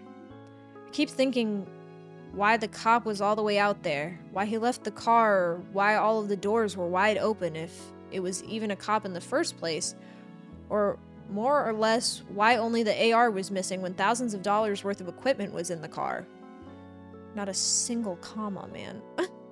Once I got back to the shop, I called the police dispatcher that gave us the call. Since I knew her, I was hoping she could give me some answers. But no, she said the exact same thing that was said to me, that a WSP car was broken down and just needed a tow. I never told my supervisor or anyone else out of fear that they wouldn't believe me. I mean, I wouldn't if I were them. I never heard anything about a missing cop after that. Nothing on the news. It still creeps me out to this day thinking about it.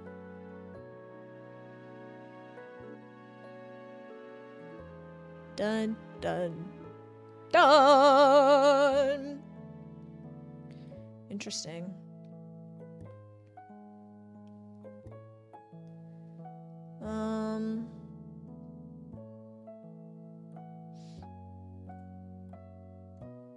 A lot of the true stories are very short. Very short.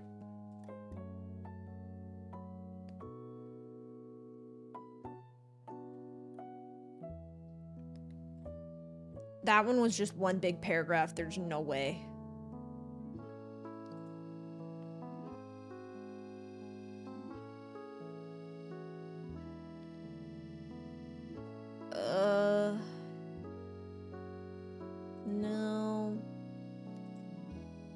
I need it to be like a decent size.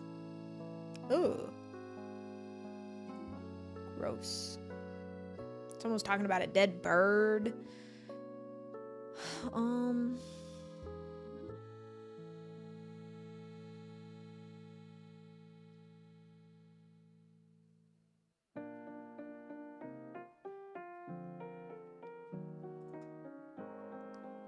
Creepy, unexplainable experience.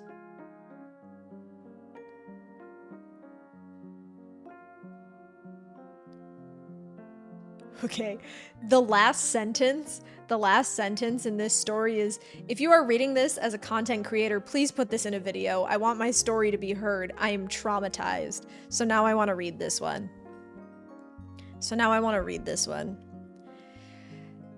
This one is called Creepy Unexplainable Experience by Connection Horror 3455.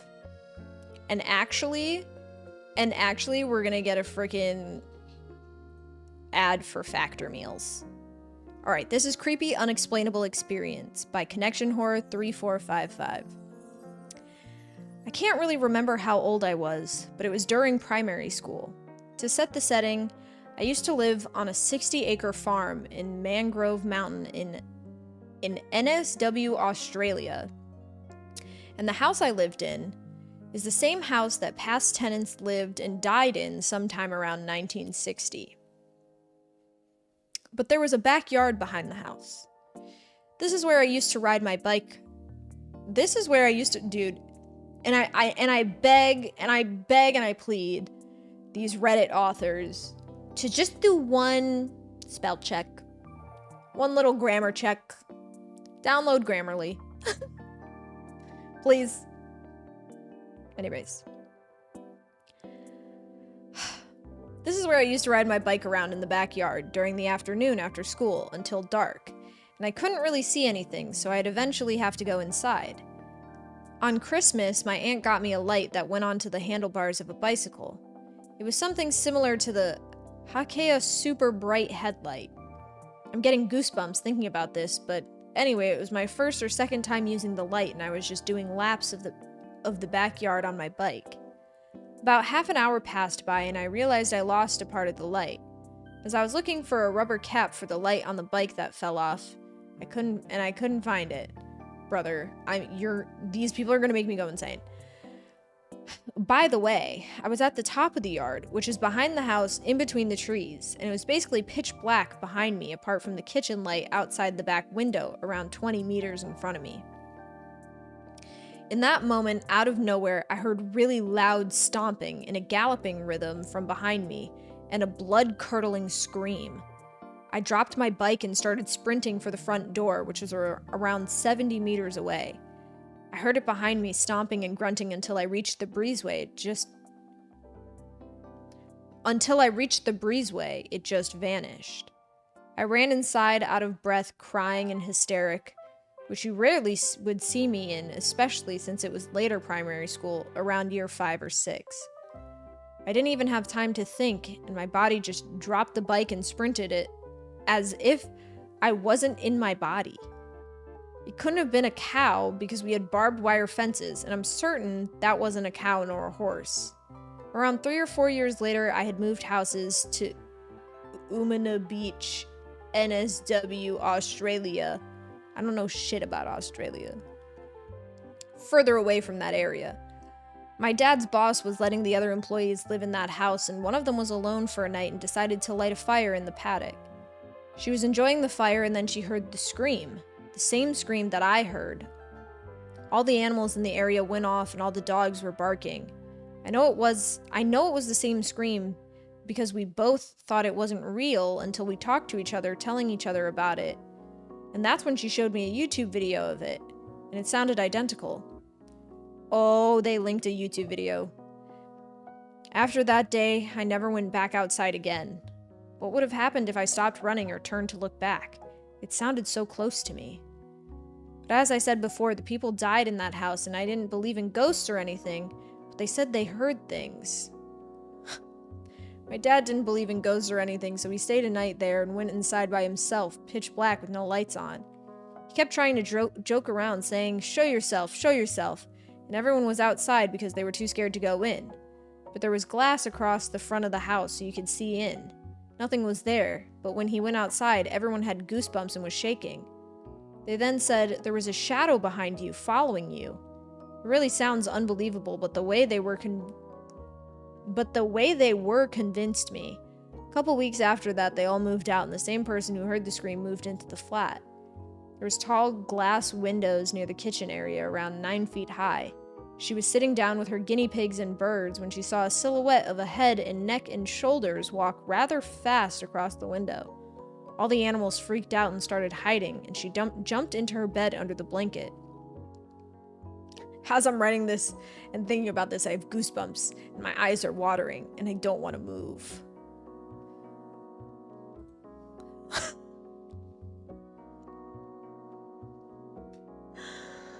These cannot be real people. Okay,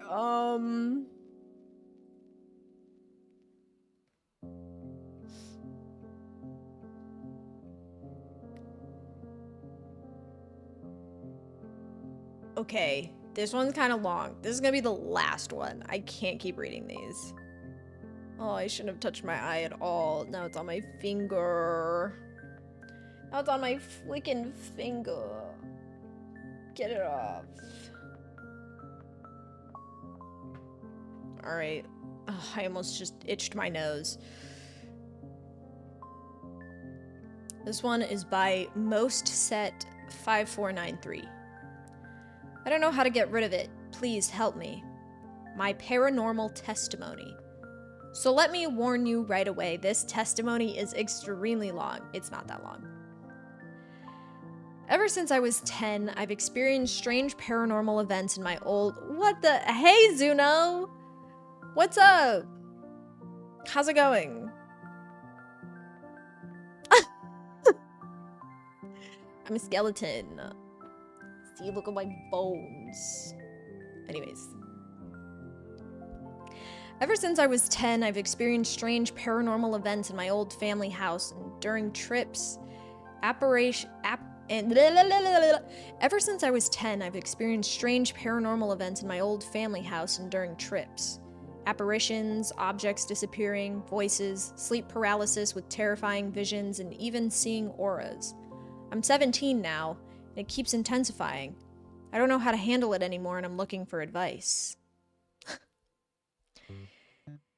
It all started a few years ago when I was in 5th grade. I went through a trauma when my grandmother was suffering from depression during her divorce with my grandfather. She was not doing well and was watching a lot of dark, morbid things. During a vacation at her house when I was alone with her, she forced me to watch paranormal videos with her. Since that day, I still have visions of that footage. I was never able to sleep the same way again. When I got back home, I slept with the lights on for over 3 months. And then I started seeing a little boy near my bedroom door, a few meters away from my bed. It was just a dark shadow, but as I often say, I saw and I just knew. I knew he was harmless, so I eventually stopped worrying. For context, I live in a house that is nearly 165 years old, and I'm the only one in my family who has kept some of its old furniture, like 2 large wardrobes around my bed, as well as a beautiful mirror with its vanity, though my mother has always refused to hang it up. Needless to say, this house has seen a lot of people come and go. There have even been births in my brother's room, and deaths in mine. One day during the lockdown, I experienced the first real paranormal phenomenon in the house. All my windows were closed. No draft, no door shut. No draft, my door shut, the AC off, when suddenly a Nerf dart refill placed on a shelf started moving by itself for no reason. The strange part was that it only lifted up from one side and moved left to right, like a compass needle. I managed to film it and showed it to my mother, who didn't believe me. I even moved the object several times to make sure I wasn't hallucinating. For several months, nothing happened. Then, within the span of a year, my mother, my brother, and I each lost a personal item under very mysterious circumstances. My mother left her earrings on her nightstand, and they vanished. She searched everywhere, on the floor, under the bed, behind it, nothing. My brother lost the handwritten manuscript of a novel he was writing, something very precious to him, and it just disappeared. I also lost an object of mine, though I can't remember exactly which one. I should mention that I am a practicing Catholic, though I don't go to Mass as often as I would like. During a Catholic camp while attending Mass, I saw my guardian angel in the flames of a candle. There wasn't any particular form, but again, I saw and I just knew. I saw this same angel again in the flame of a candle given to me at Christmas a few months ago. I've always been sensitive to the paranormal, even before I really began to believe in it, something that has only truly happened in recent weeks. The paranormal activity began intensifying about a year ago, maybe a little more. My bedroom door opens systematically when I'm inside, and when anyone else is in the room, it strangely stays shut. When I'm home alone, doors slam on their own, even though there are no drafts. In 2024 and 2025, I lost many personal belongings in the same mysterious way, even though they were always kept in the same place. I eventually found them hidden inside the lining of my brother's old suitcase, unused for years, while I was packing for vacation. The suitcase was on top of a sliding wardrobe in the attic, which has been fully renovated. It's like a second floor, and you need a chair to reach it. Another time, while watching a movie, two heavy sliding doors separating my living room from the upstairs bathroom suddenly opened and closed extremely fast on their own. The strange thing is that the doors are so heavy I can't even open them by myself. Not long after that Catholic camp, I went on vacation to Guadalupe and had my first sleep paralysis. That night, there were constant power outages, and a phone in the house kept ringing nonstop. I've always had a deep fear of the dark, but I gathered my courage and unplugged the phone. My mother joined me at the exact moment, doing the same thing. I went back to bed and began feeling a heavy oppression before falling asleep. That's when I had an absolutely horrible nightmare. I was trapped in a bed that was being folded shut. I eventually woke up, but that's when the real nightmare began. I couldn't scream, I couldn't move. I was paralyzed on my back. In front of my bed was a dazzling, glowing white figure surrounded by yellow light. And again, I saw and I just knew. It was a fallen angel. Who exactly, I have no idea. But that night I came closer to pure terror than I ever had in my life. The angel advanced toward me, moved to my left, and headed for the entrance of my mosquito net. That's when I woke up a second time. For the first time ever, my mother actually believed me. Later, we went on a family retreat to... Oh, man. Pere le Manial? Fuck me. With the Emmanuel community. We stayed in a shabby, overpriced hotel. The moment I stepped into the room I was to share with my brother, I felt uneasy, really uncomfortable. The first night passed without much, just some noises from the bathroom. But the second night was far worse. In the middle of the night, I felt someone sit on my mattress next to me. Whatever it was so heavy that my body actually tilted toward it. Strangely, I didn't feel anything emotionally at the moment, but when I pulled at my sheets, the weight would disappear and then return again. I know it wasn't my brother because he was sleeping in another bed, and there was no one beside me.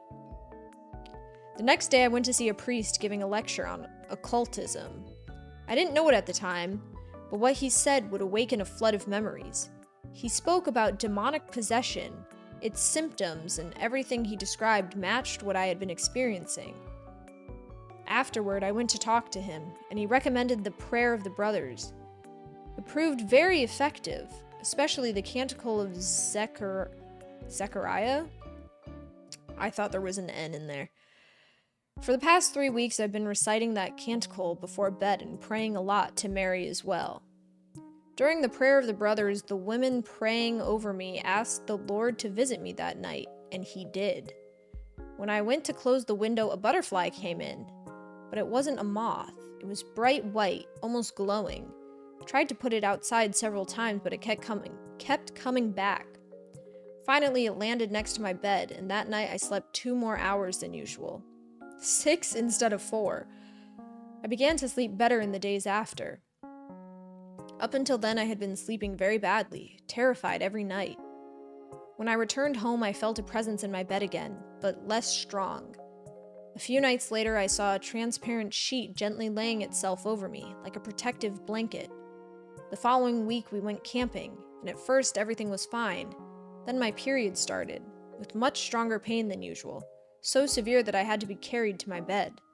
When my parents and brother went to the pool, I stayed to rest, and that's when it started again. I heard footsteps above me, though there was no second floor. I'm not looking for weight loss treatment. Thank you very much. Rude. I heard footsteps above me, though there was no second floor. This phenomenon also happens in my attic at night, around bedtime.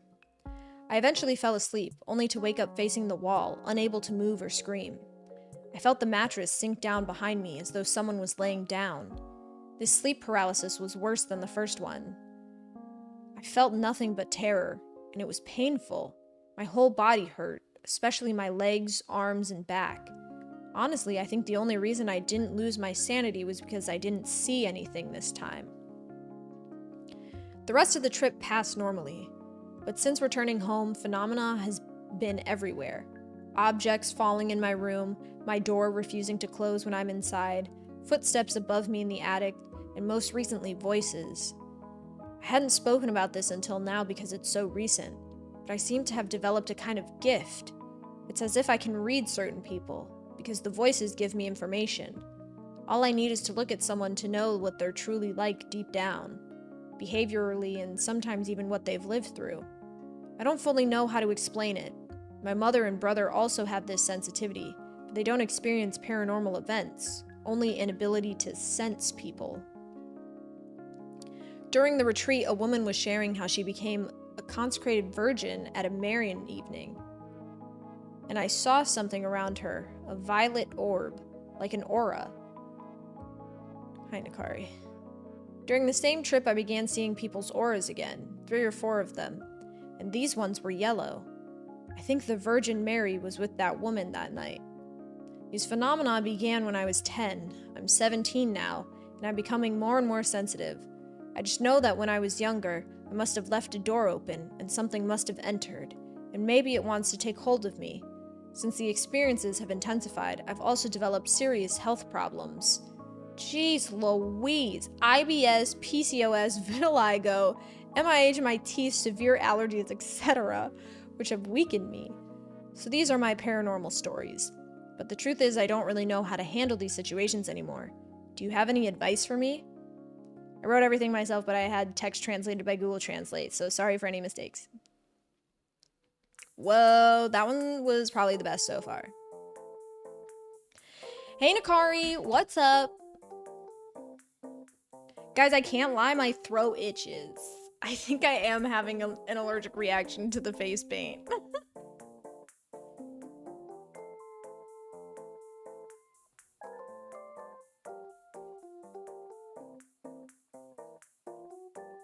I spilled water on my face and I can't wipe it up. I'm trying to beat Reddit. Are you writing a story? Are you, I wrote a horror story. I want to get this freaking water off my face. I wrote a horror story for one of my classes. I was just like, fuck it, I want to test it out. I want to try writing a horror story. I wonder if I could find it, actually. Let me see if I can find it. It might be. Hold on. Let's see if I can frickin' find it.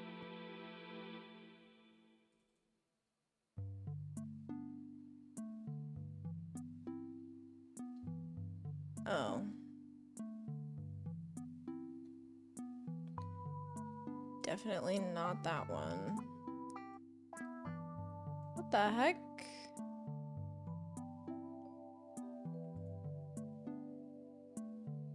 Well, I could have sworn... Oh, I'm not in the right thing. Let's see. Let's see if I can find it.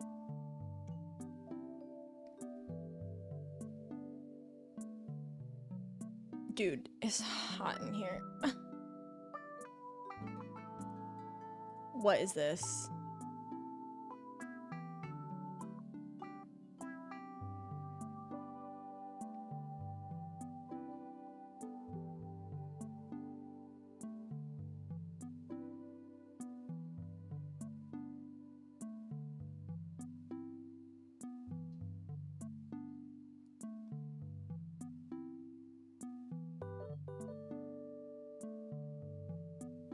I don't know what this is, and I don't know why it's here. I don't know why this is shared with me. Who?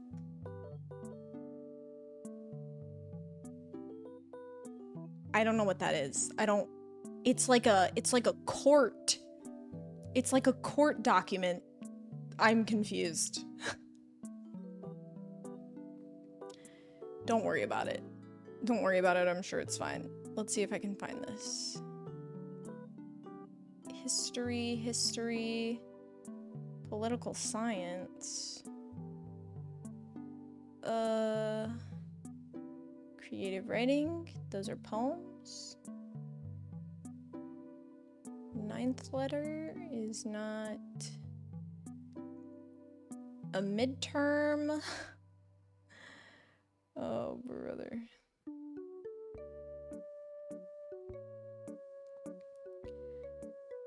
Oh god, I wish I knew. I think it's under 404, class 404. Class 404 not fucking found, clearly. Man, I can't find it. I'm seeing astronomy notes. This is freshman year of freaking college, bro. Man, that sucks. Oh, you know what? I think they were all on Word documents after a while, and I don't have those documents anymore. RIP. RIP. Should I try and find them on my laptop? They might be downloaded on my lap. I know I have a physical copy, but whatever. No. I have a laptop, but I don't think it works anymore. I don't think it works. Hold on.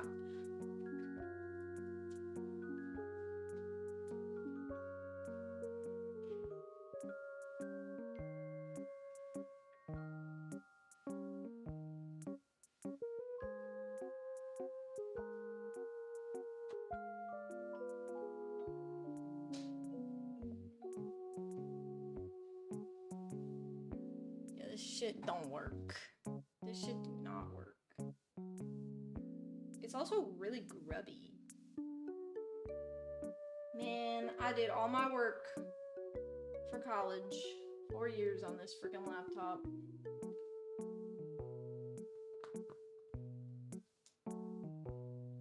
I don't think this QR code works anymore. Man, I wish I could find those stories and read them to you. If... can I get an F for Mark in the chat? Man, I bet if you give me like 20 minutes, I could write a horror story, but I don't want to do that. I don't want to do that. This one says, strang experience as a kid. Where was the gunshot? What do you mean? Oh. It's because I'm on a different, scene. I didn't add the... You could try now. I heard it. Sorry, guys. It's because I'm on a different scene. I'm not in the usual scene. So. It didn't have the gunshots set up. I had the hiccups.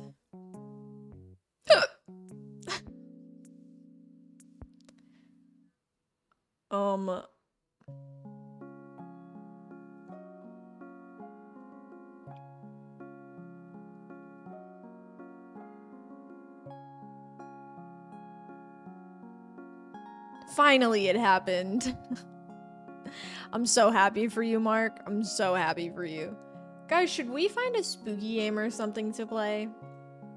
I don't know what to do with this laptop.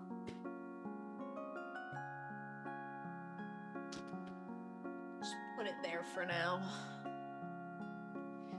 Let's see. I feel like I'm gonna have to, like... Fine. Fine what? I'm waiting for you, Tom. I just need you. I just gotta do something before then. I ran out of time. Give me your spooky story. Let me read your freaking spooky story. I'm just also looking for a game. Horror game. Ew. Ew! What is that? Yucky.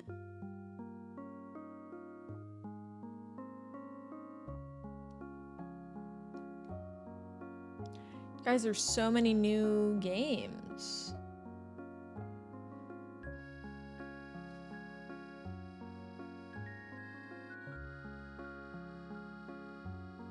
Okay, my nose is so itchy.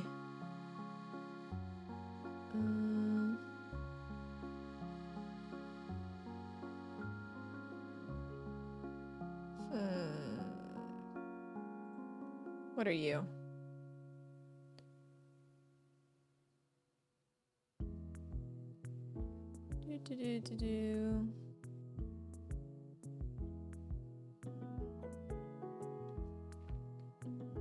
Why you'll like this game? Maybe I save maybe I save the games for next time. We could do a shorter stream today. I could just wait for time. I'm not gonna lie, I just really want to wash this shit off my face. It kind of hurts. I think I'm hurting. I think I'm hurting.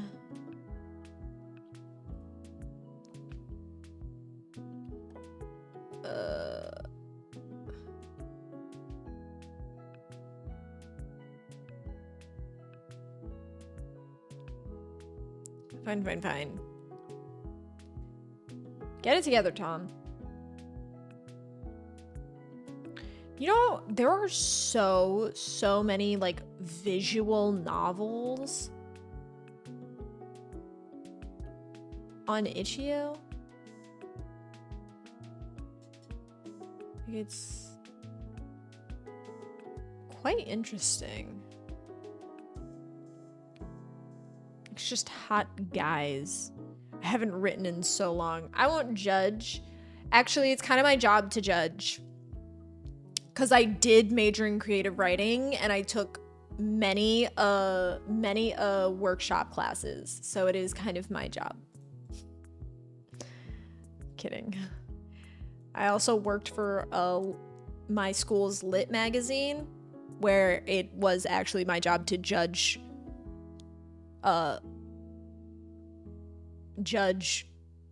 different stories. See if they were good enough for our lit mag. Anyways, guys, this one is called No Title by Tomp TTV. Let's get it. Let's get comfortable. Let's get ready. You don't... Titles are a crutch for weaker writers. Of course. Of course. You don't notice it at first. Nobody ever does. It hides in something so small, so easy to dismiss, you'll talk yourself out of it the first dozen times. The viewer count will be off. Just one more than the list can show. Always one. What's this about? You scroll, you refresh, you check again. The number doesn't change. You keep going, slower and slower, scanning for a name you've overlooked. You don't find one. What you find instead is a gap.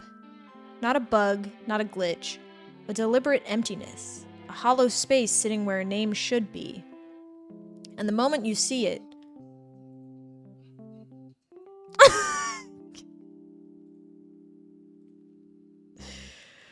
I love that it's written in the second person. You rarely ever get a story like that. And the moment you see it, the moment you understand that the silence in your list is not an error, that's when it notices you back. The change isn't loud. It never is. The quiet just thickens. You'll hear your mic flicker when it shouldn't. You'll hear your headphones hum faintly when nothing is playing. And the silence you thought you knew will feel wrong. It will feel inhabited. You'll try to test it. Hold your breath. Lean closer. Listen harder. Every time you'll swear you almost hear it. The faint drag of breath that doesn't line up with yours. The air shifting when you don't move. A presence that isn't outside the silence, but inside it, pressing against you from within. People call it the listener, and that's the mistake, because once it has a name, it doesn't leave. From then on, every silence belongs to it. You'll start noticing the pauses, the break between one word and the next, the stretch of stillness before the next sound. Spaces you never thought about before will grow heavy. You'll feel the weight of being observed in them, like someone is waiting in the breath you haven't taken yet. You'll stop trusting the quiet. You'll fill your days with noise, music, voices, anything to drown it out. But the noise always ends. The song always stops. The voices always fall away.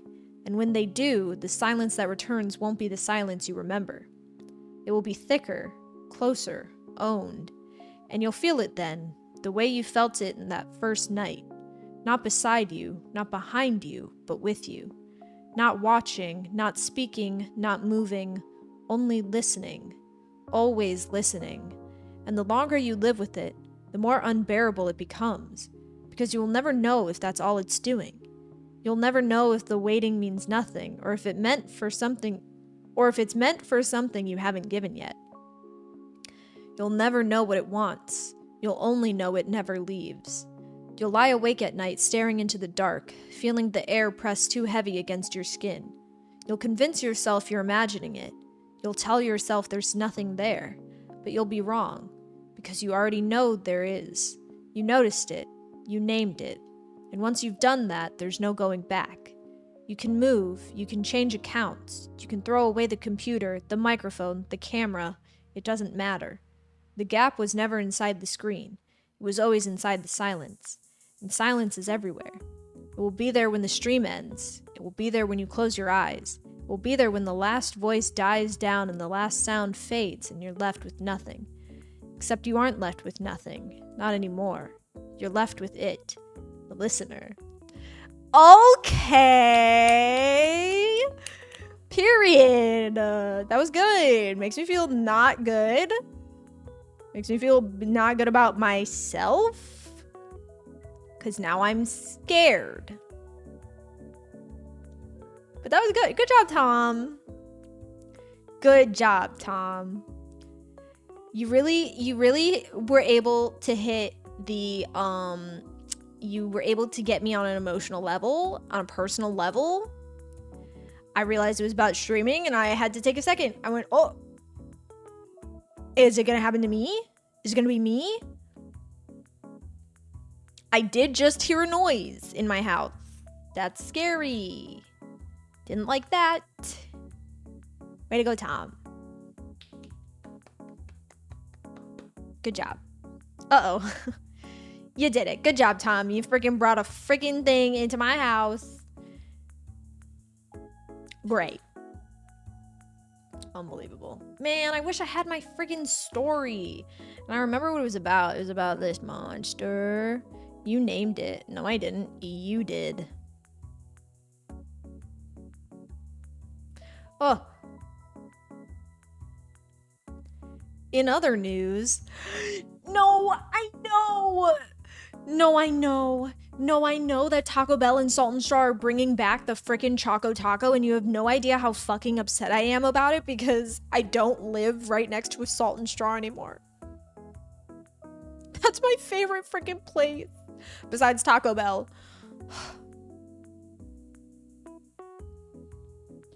I'm actually really upset.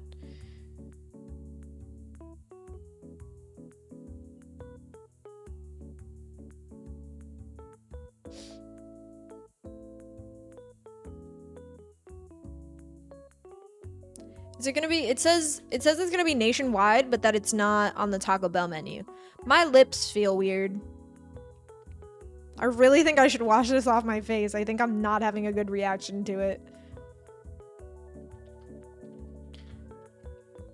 Choco Taco. The scariest of them all.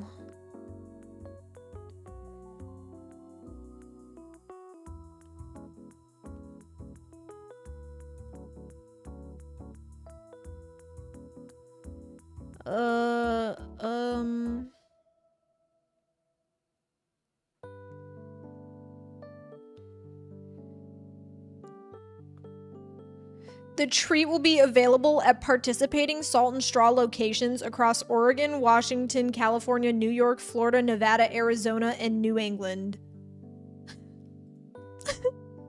Customers can also order a 6-pack for nationwide shipping. Oh, $19 delivery fee.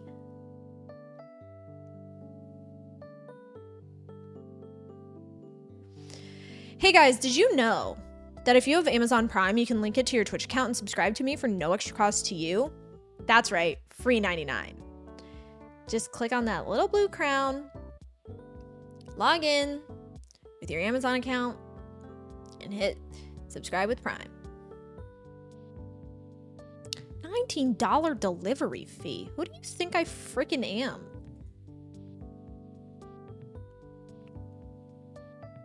God, I love Salt and Straw. I love it. I actually love it so much. Like, that's my baby. You know what I mean?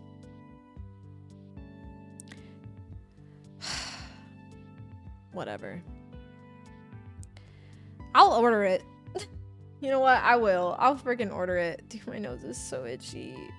And now my finger is freaking black. Oh, sorry. I didn't mean to. I keep flicking you off. My bad. Sorry. Guys, should I see if...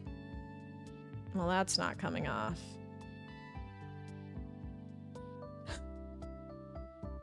Do you think this makeup will come off? Guys, should I try and take the makeup off on stream? What if it doesn't come off? What if this doesn't come off?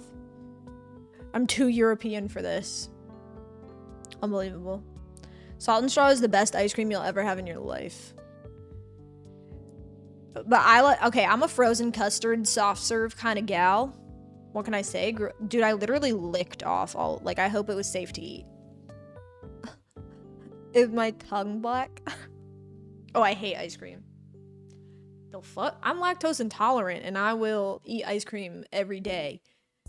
I love frozen cream. I'm gonna stop talking. Let's go get some stuff to take this off. Let's see if this stuff will come off.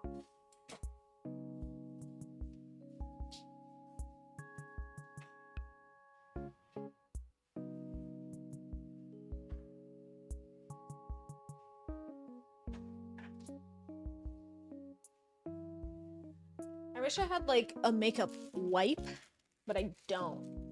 I was allergic to the Choco Taco, so this is my chance. Oh yeah, because it had nuts on the top. Does this one not have nuts? Aren't you allergic to nuts? Aren't you one of those plebeians allergic to nuts?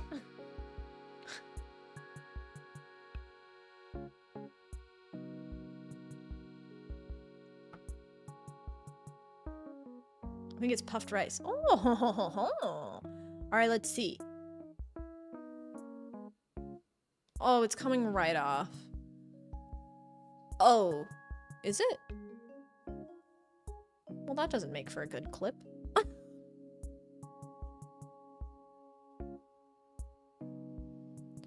Lame. Intro chili cinnamon ice cream is tucked into a sweet taco shell made from crunchy waffle cones, then dipped in decadent single origin chocolate and topped with toasted brown rice. Dude, that's sick. Salt and Straw is really good about like allergies and stuff. They got like really good vegan stuff too, which I get because I'm lactose intolerant. Man, I'm happy that it's coming off, but also the only reason I was gonna take it off on stream was because I wanted the clip. That looks weirder than my whole face being... Like, what if I just did, like, half my face? I shouldn't have done my whole nose. Oh, I'm gonna need so many of these little things. I'm gonna need so many of these. It's so red. Rip. Rip. It happens. What can I say? Oh, brother.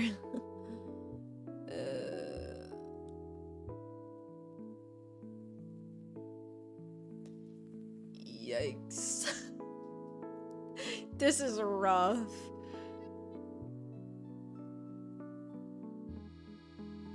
Well, now I'm just goth. Focus. Camera. What if you took it off and you're just completely red? Sulavu or whatever, you know?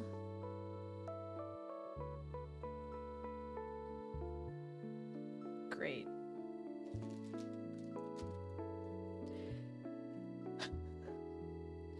Boom.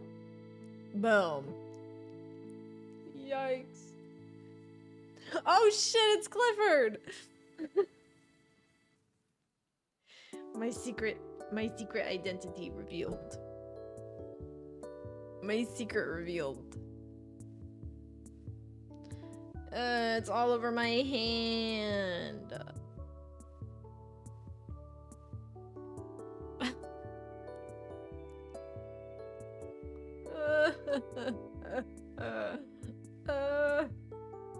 Look at this.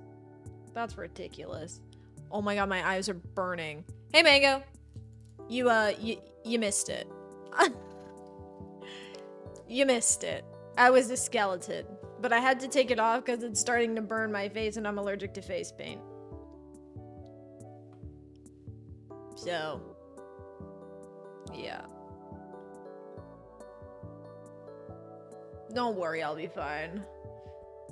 Don't worry, I'll be fine. I don't know why I thought this was a good idea, but don't worry, I'll be fine. I saw this thumbnail on the stream and I had to click. Good. Guys, I don't know. I think I'm gonna have to... Oh no, it came off. Okay, sick. I'm gonna have to like wash my face. Is this a look? Are the white brows and the black under eyes, is that a look? Imagine washing your face. Tom's gross. Ew. Everyone look at Tom and go, stinky.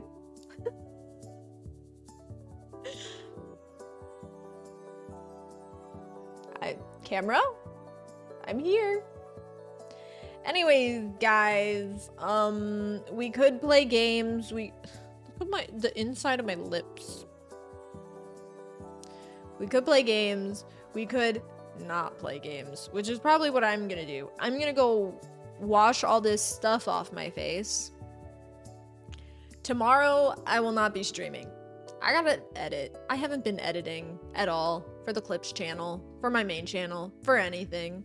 I guess I've been making TikToks. That's about it. I've been trying to edit some VODs recently. I'm like 2 months behind on VODs. Gotta do VODs, gotta do Clip channel videos. Hopefully I'm gonna get like 3 Clip channel videos done tomorrow. We'll see. Anyways, guys, that's all I have for you for today. I think we had a nice little fun time. Played a little dress up. Read some spooky stories. Tom became an author. I became a critic. We'll play Stardew Valley on Friday. We'll be back with Stardew Valley on Friday. That's very exciting. Get hyped. But that's all I have for you for today. So if you saw this, thanks. And if you didn't, that's okay too. Goodbye, everyone.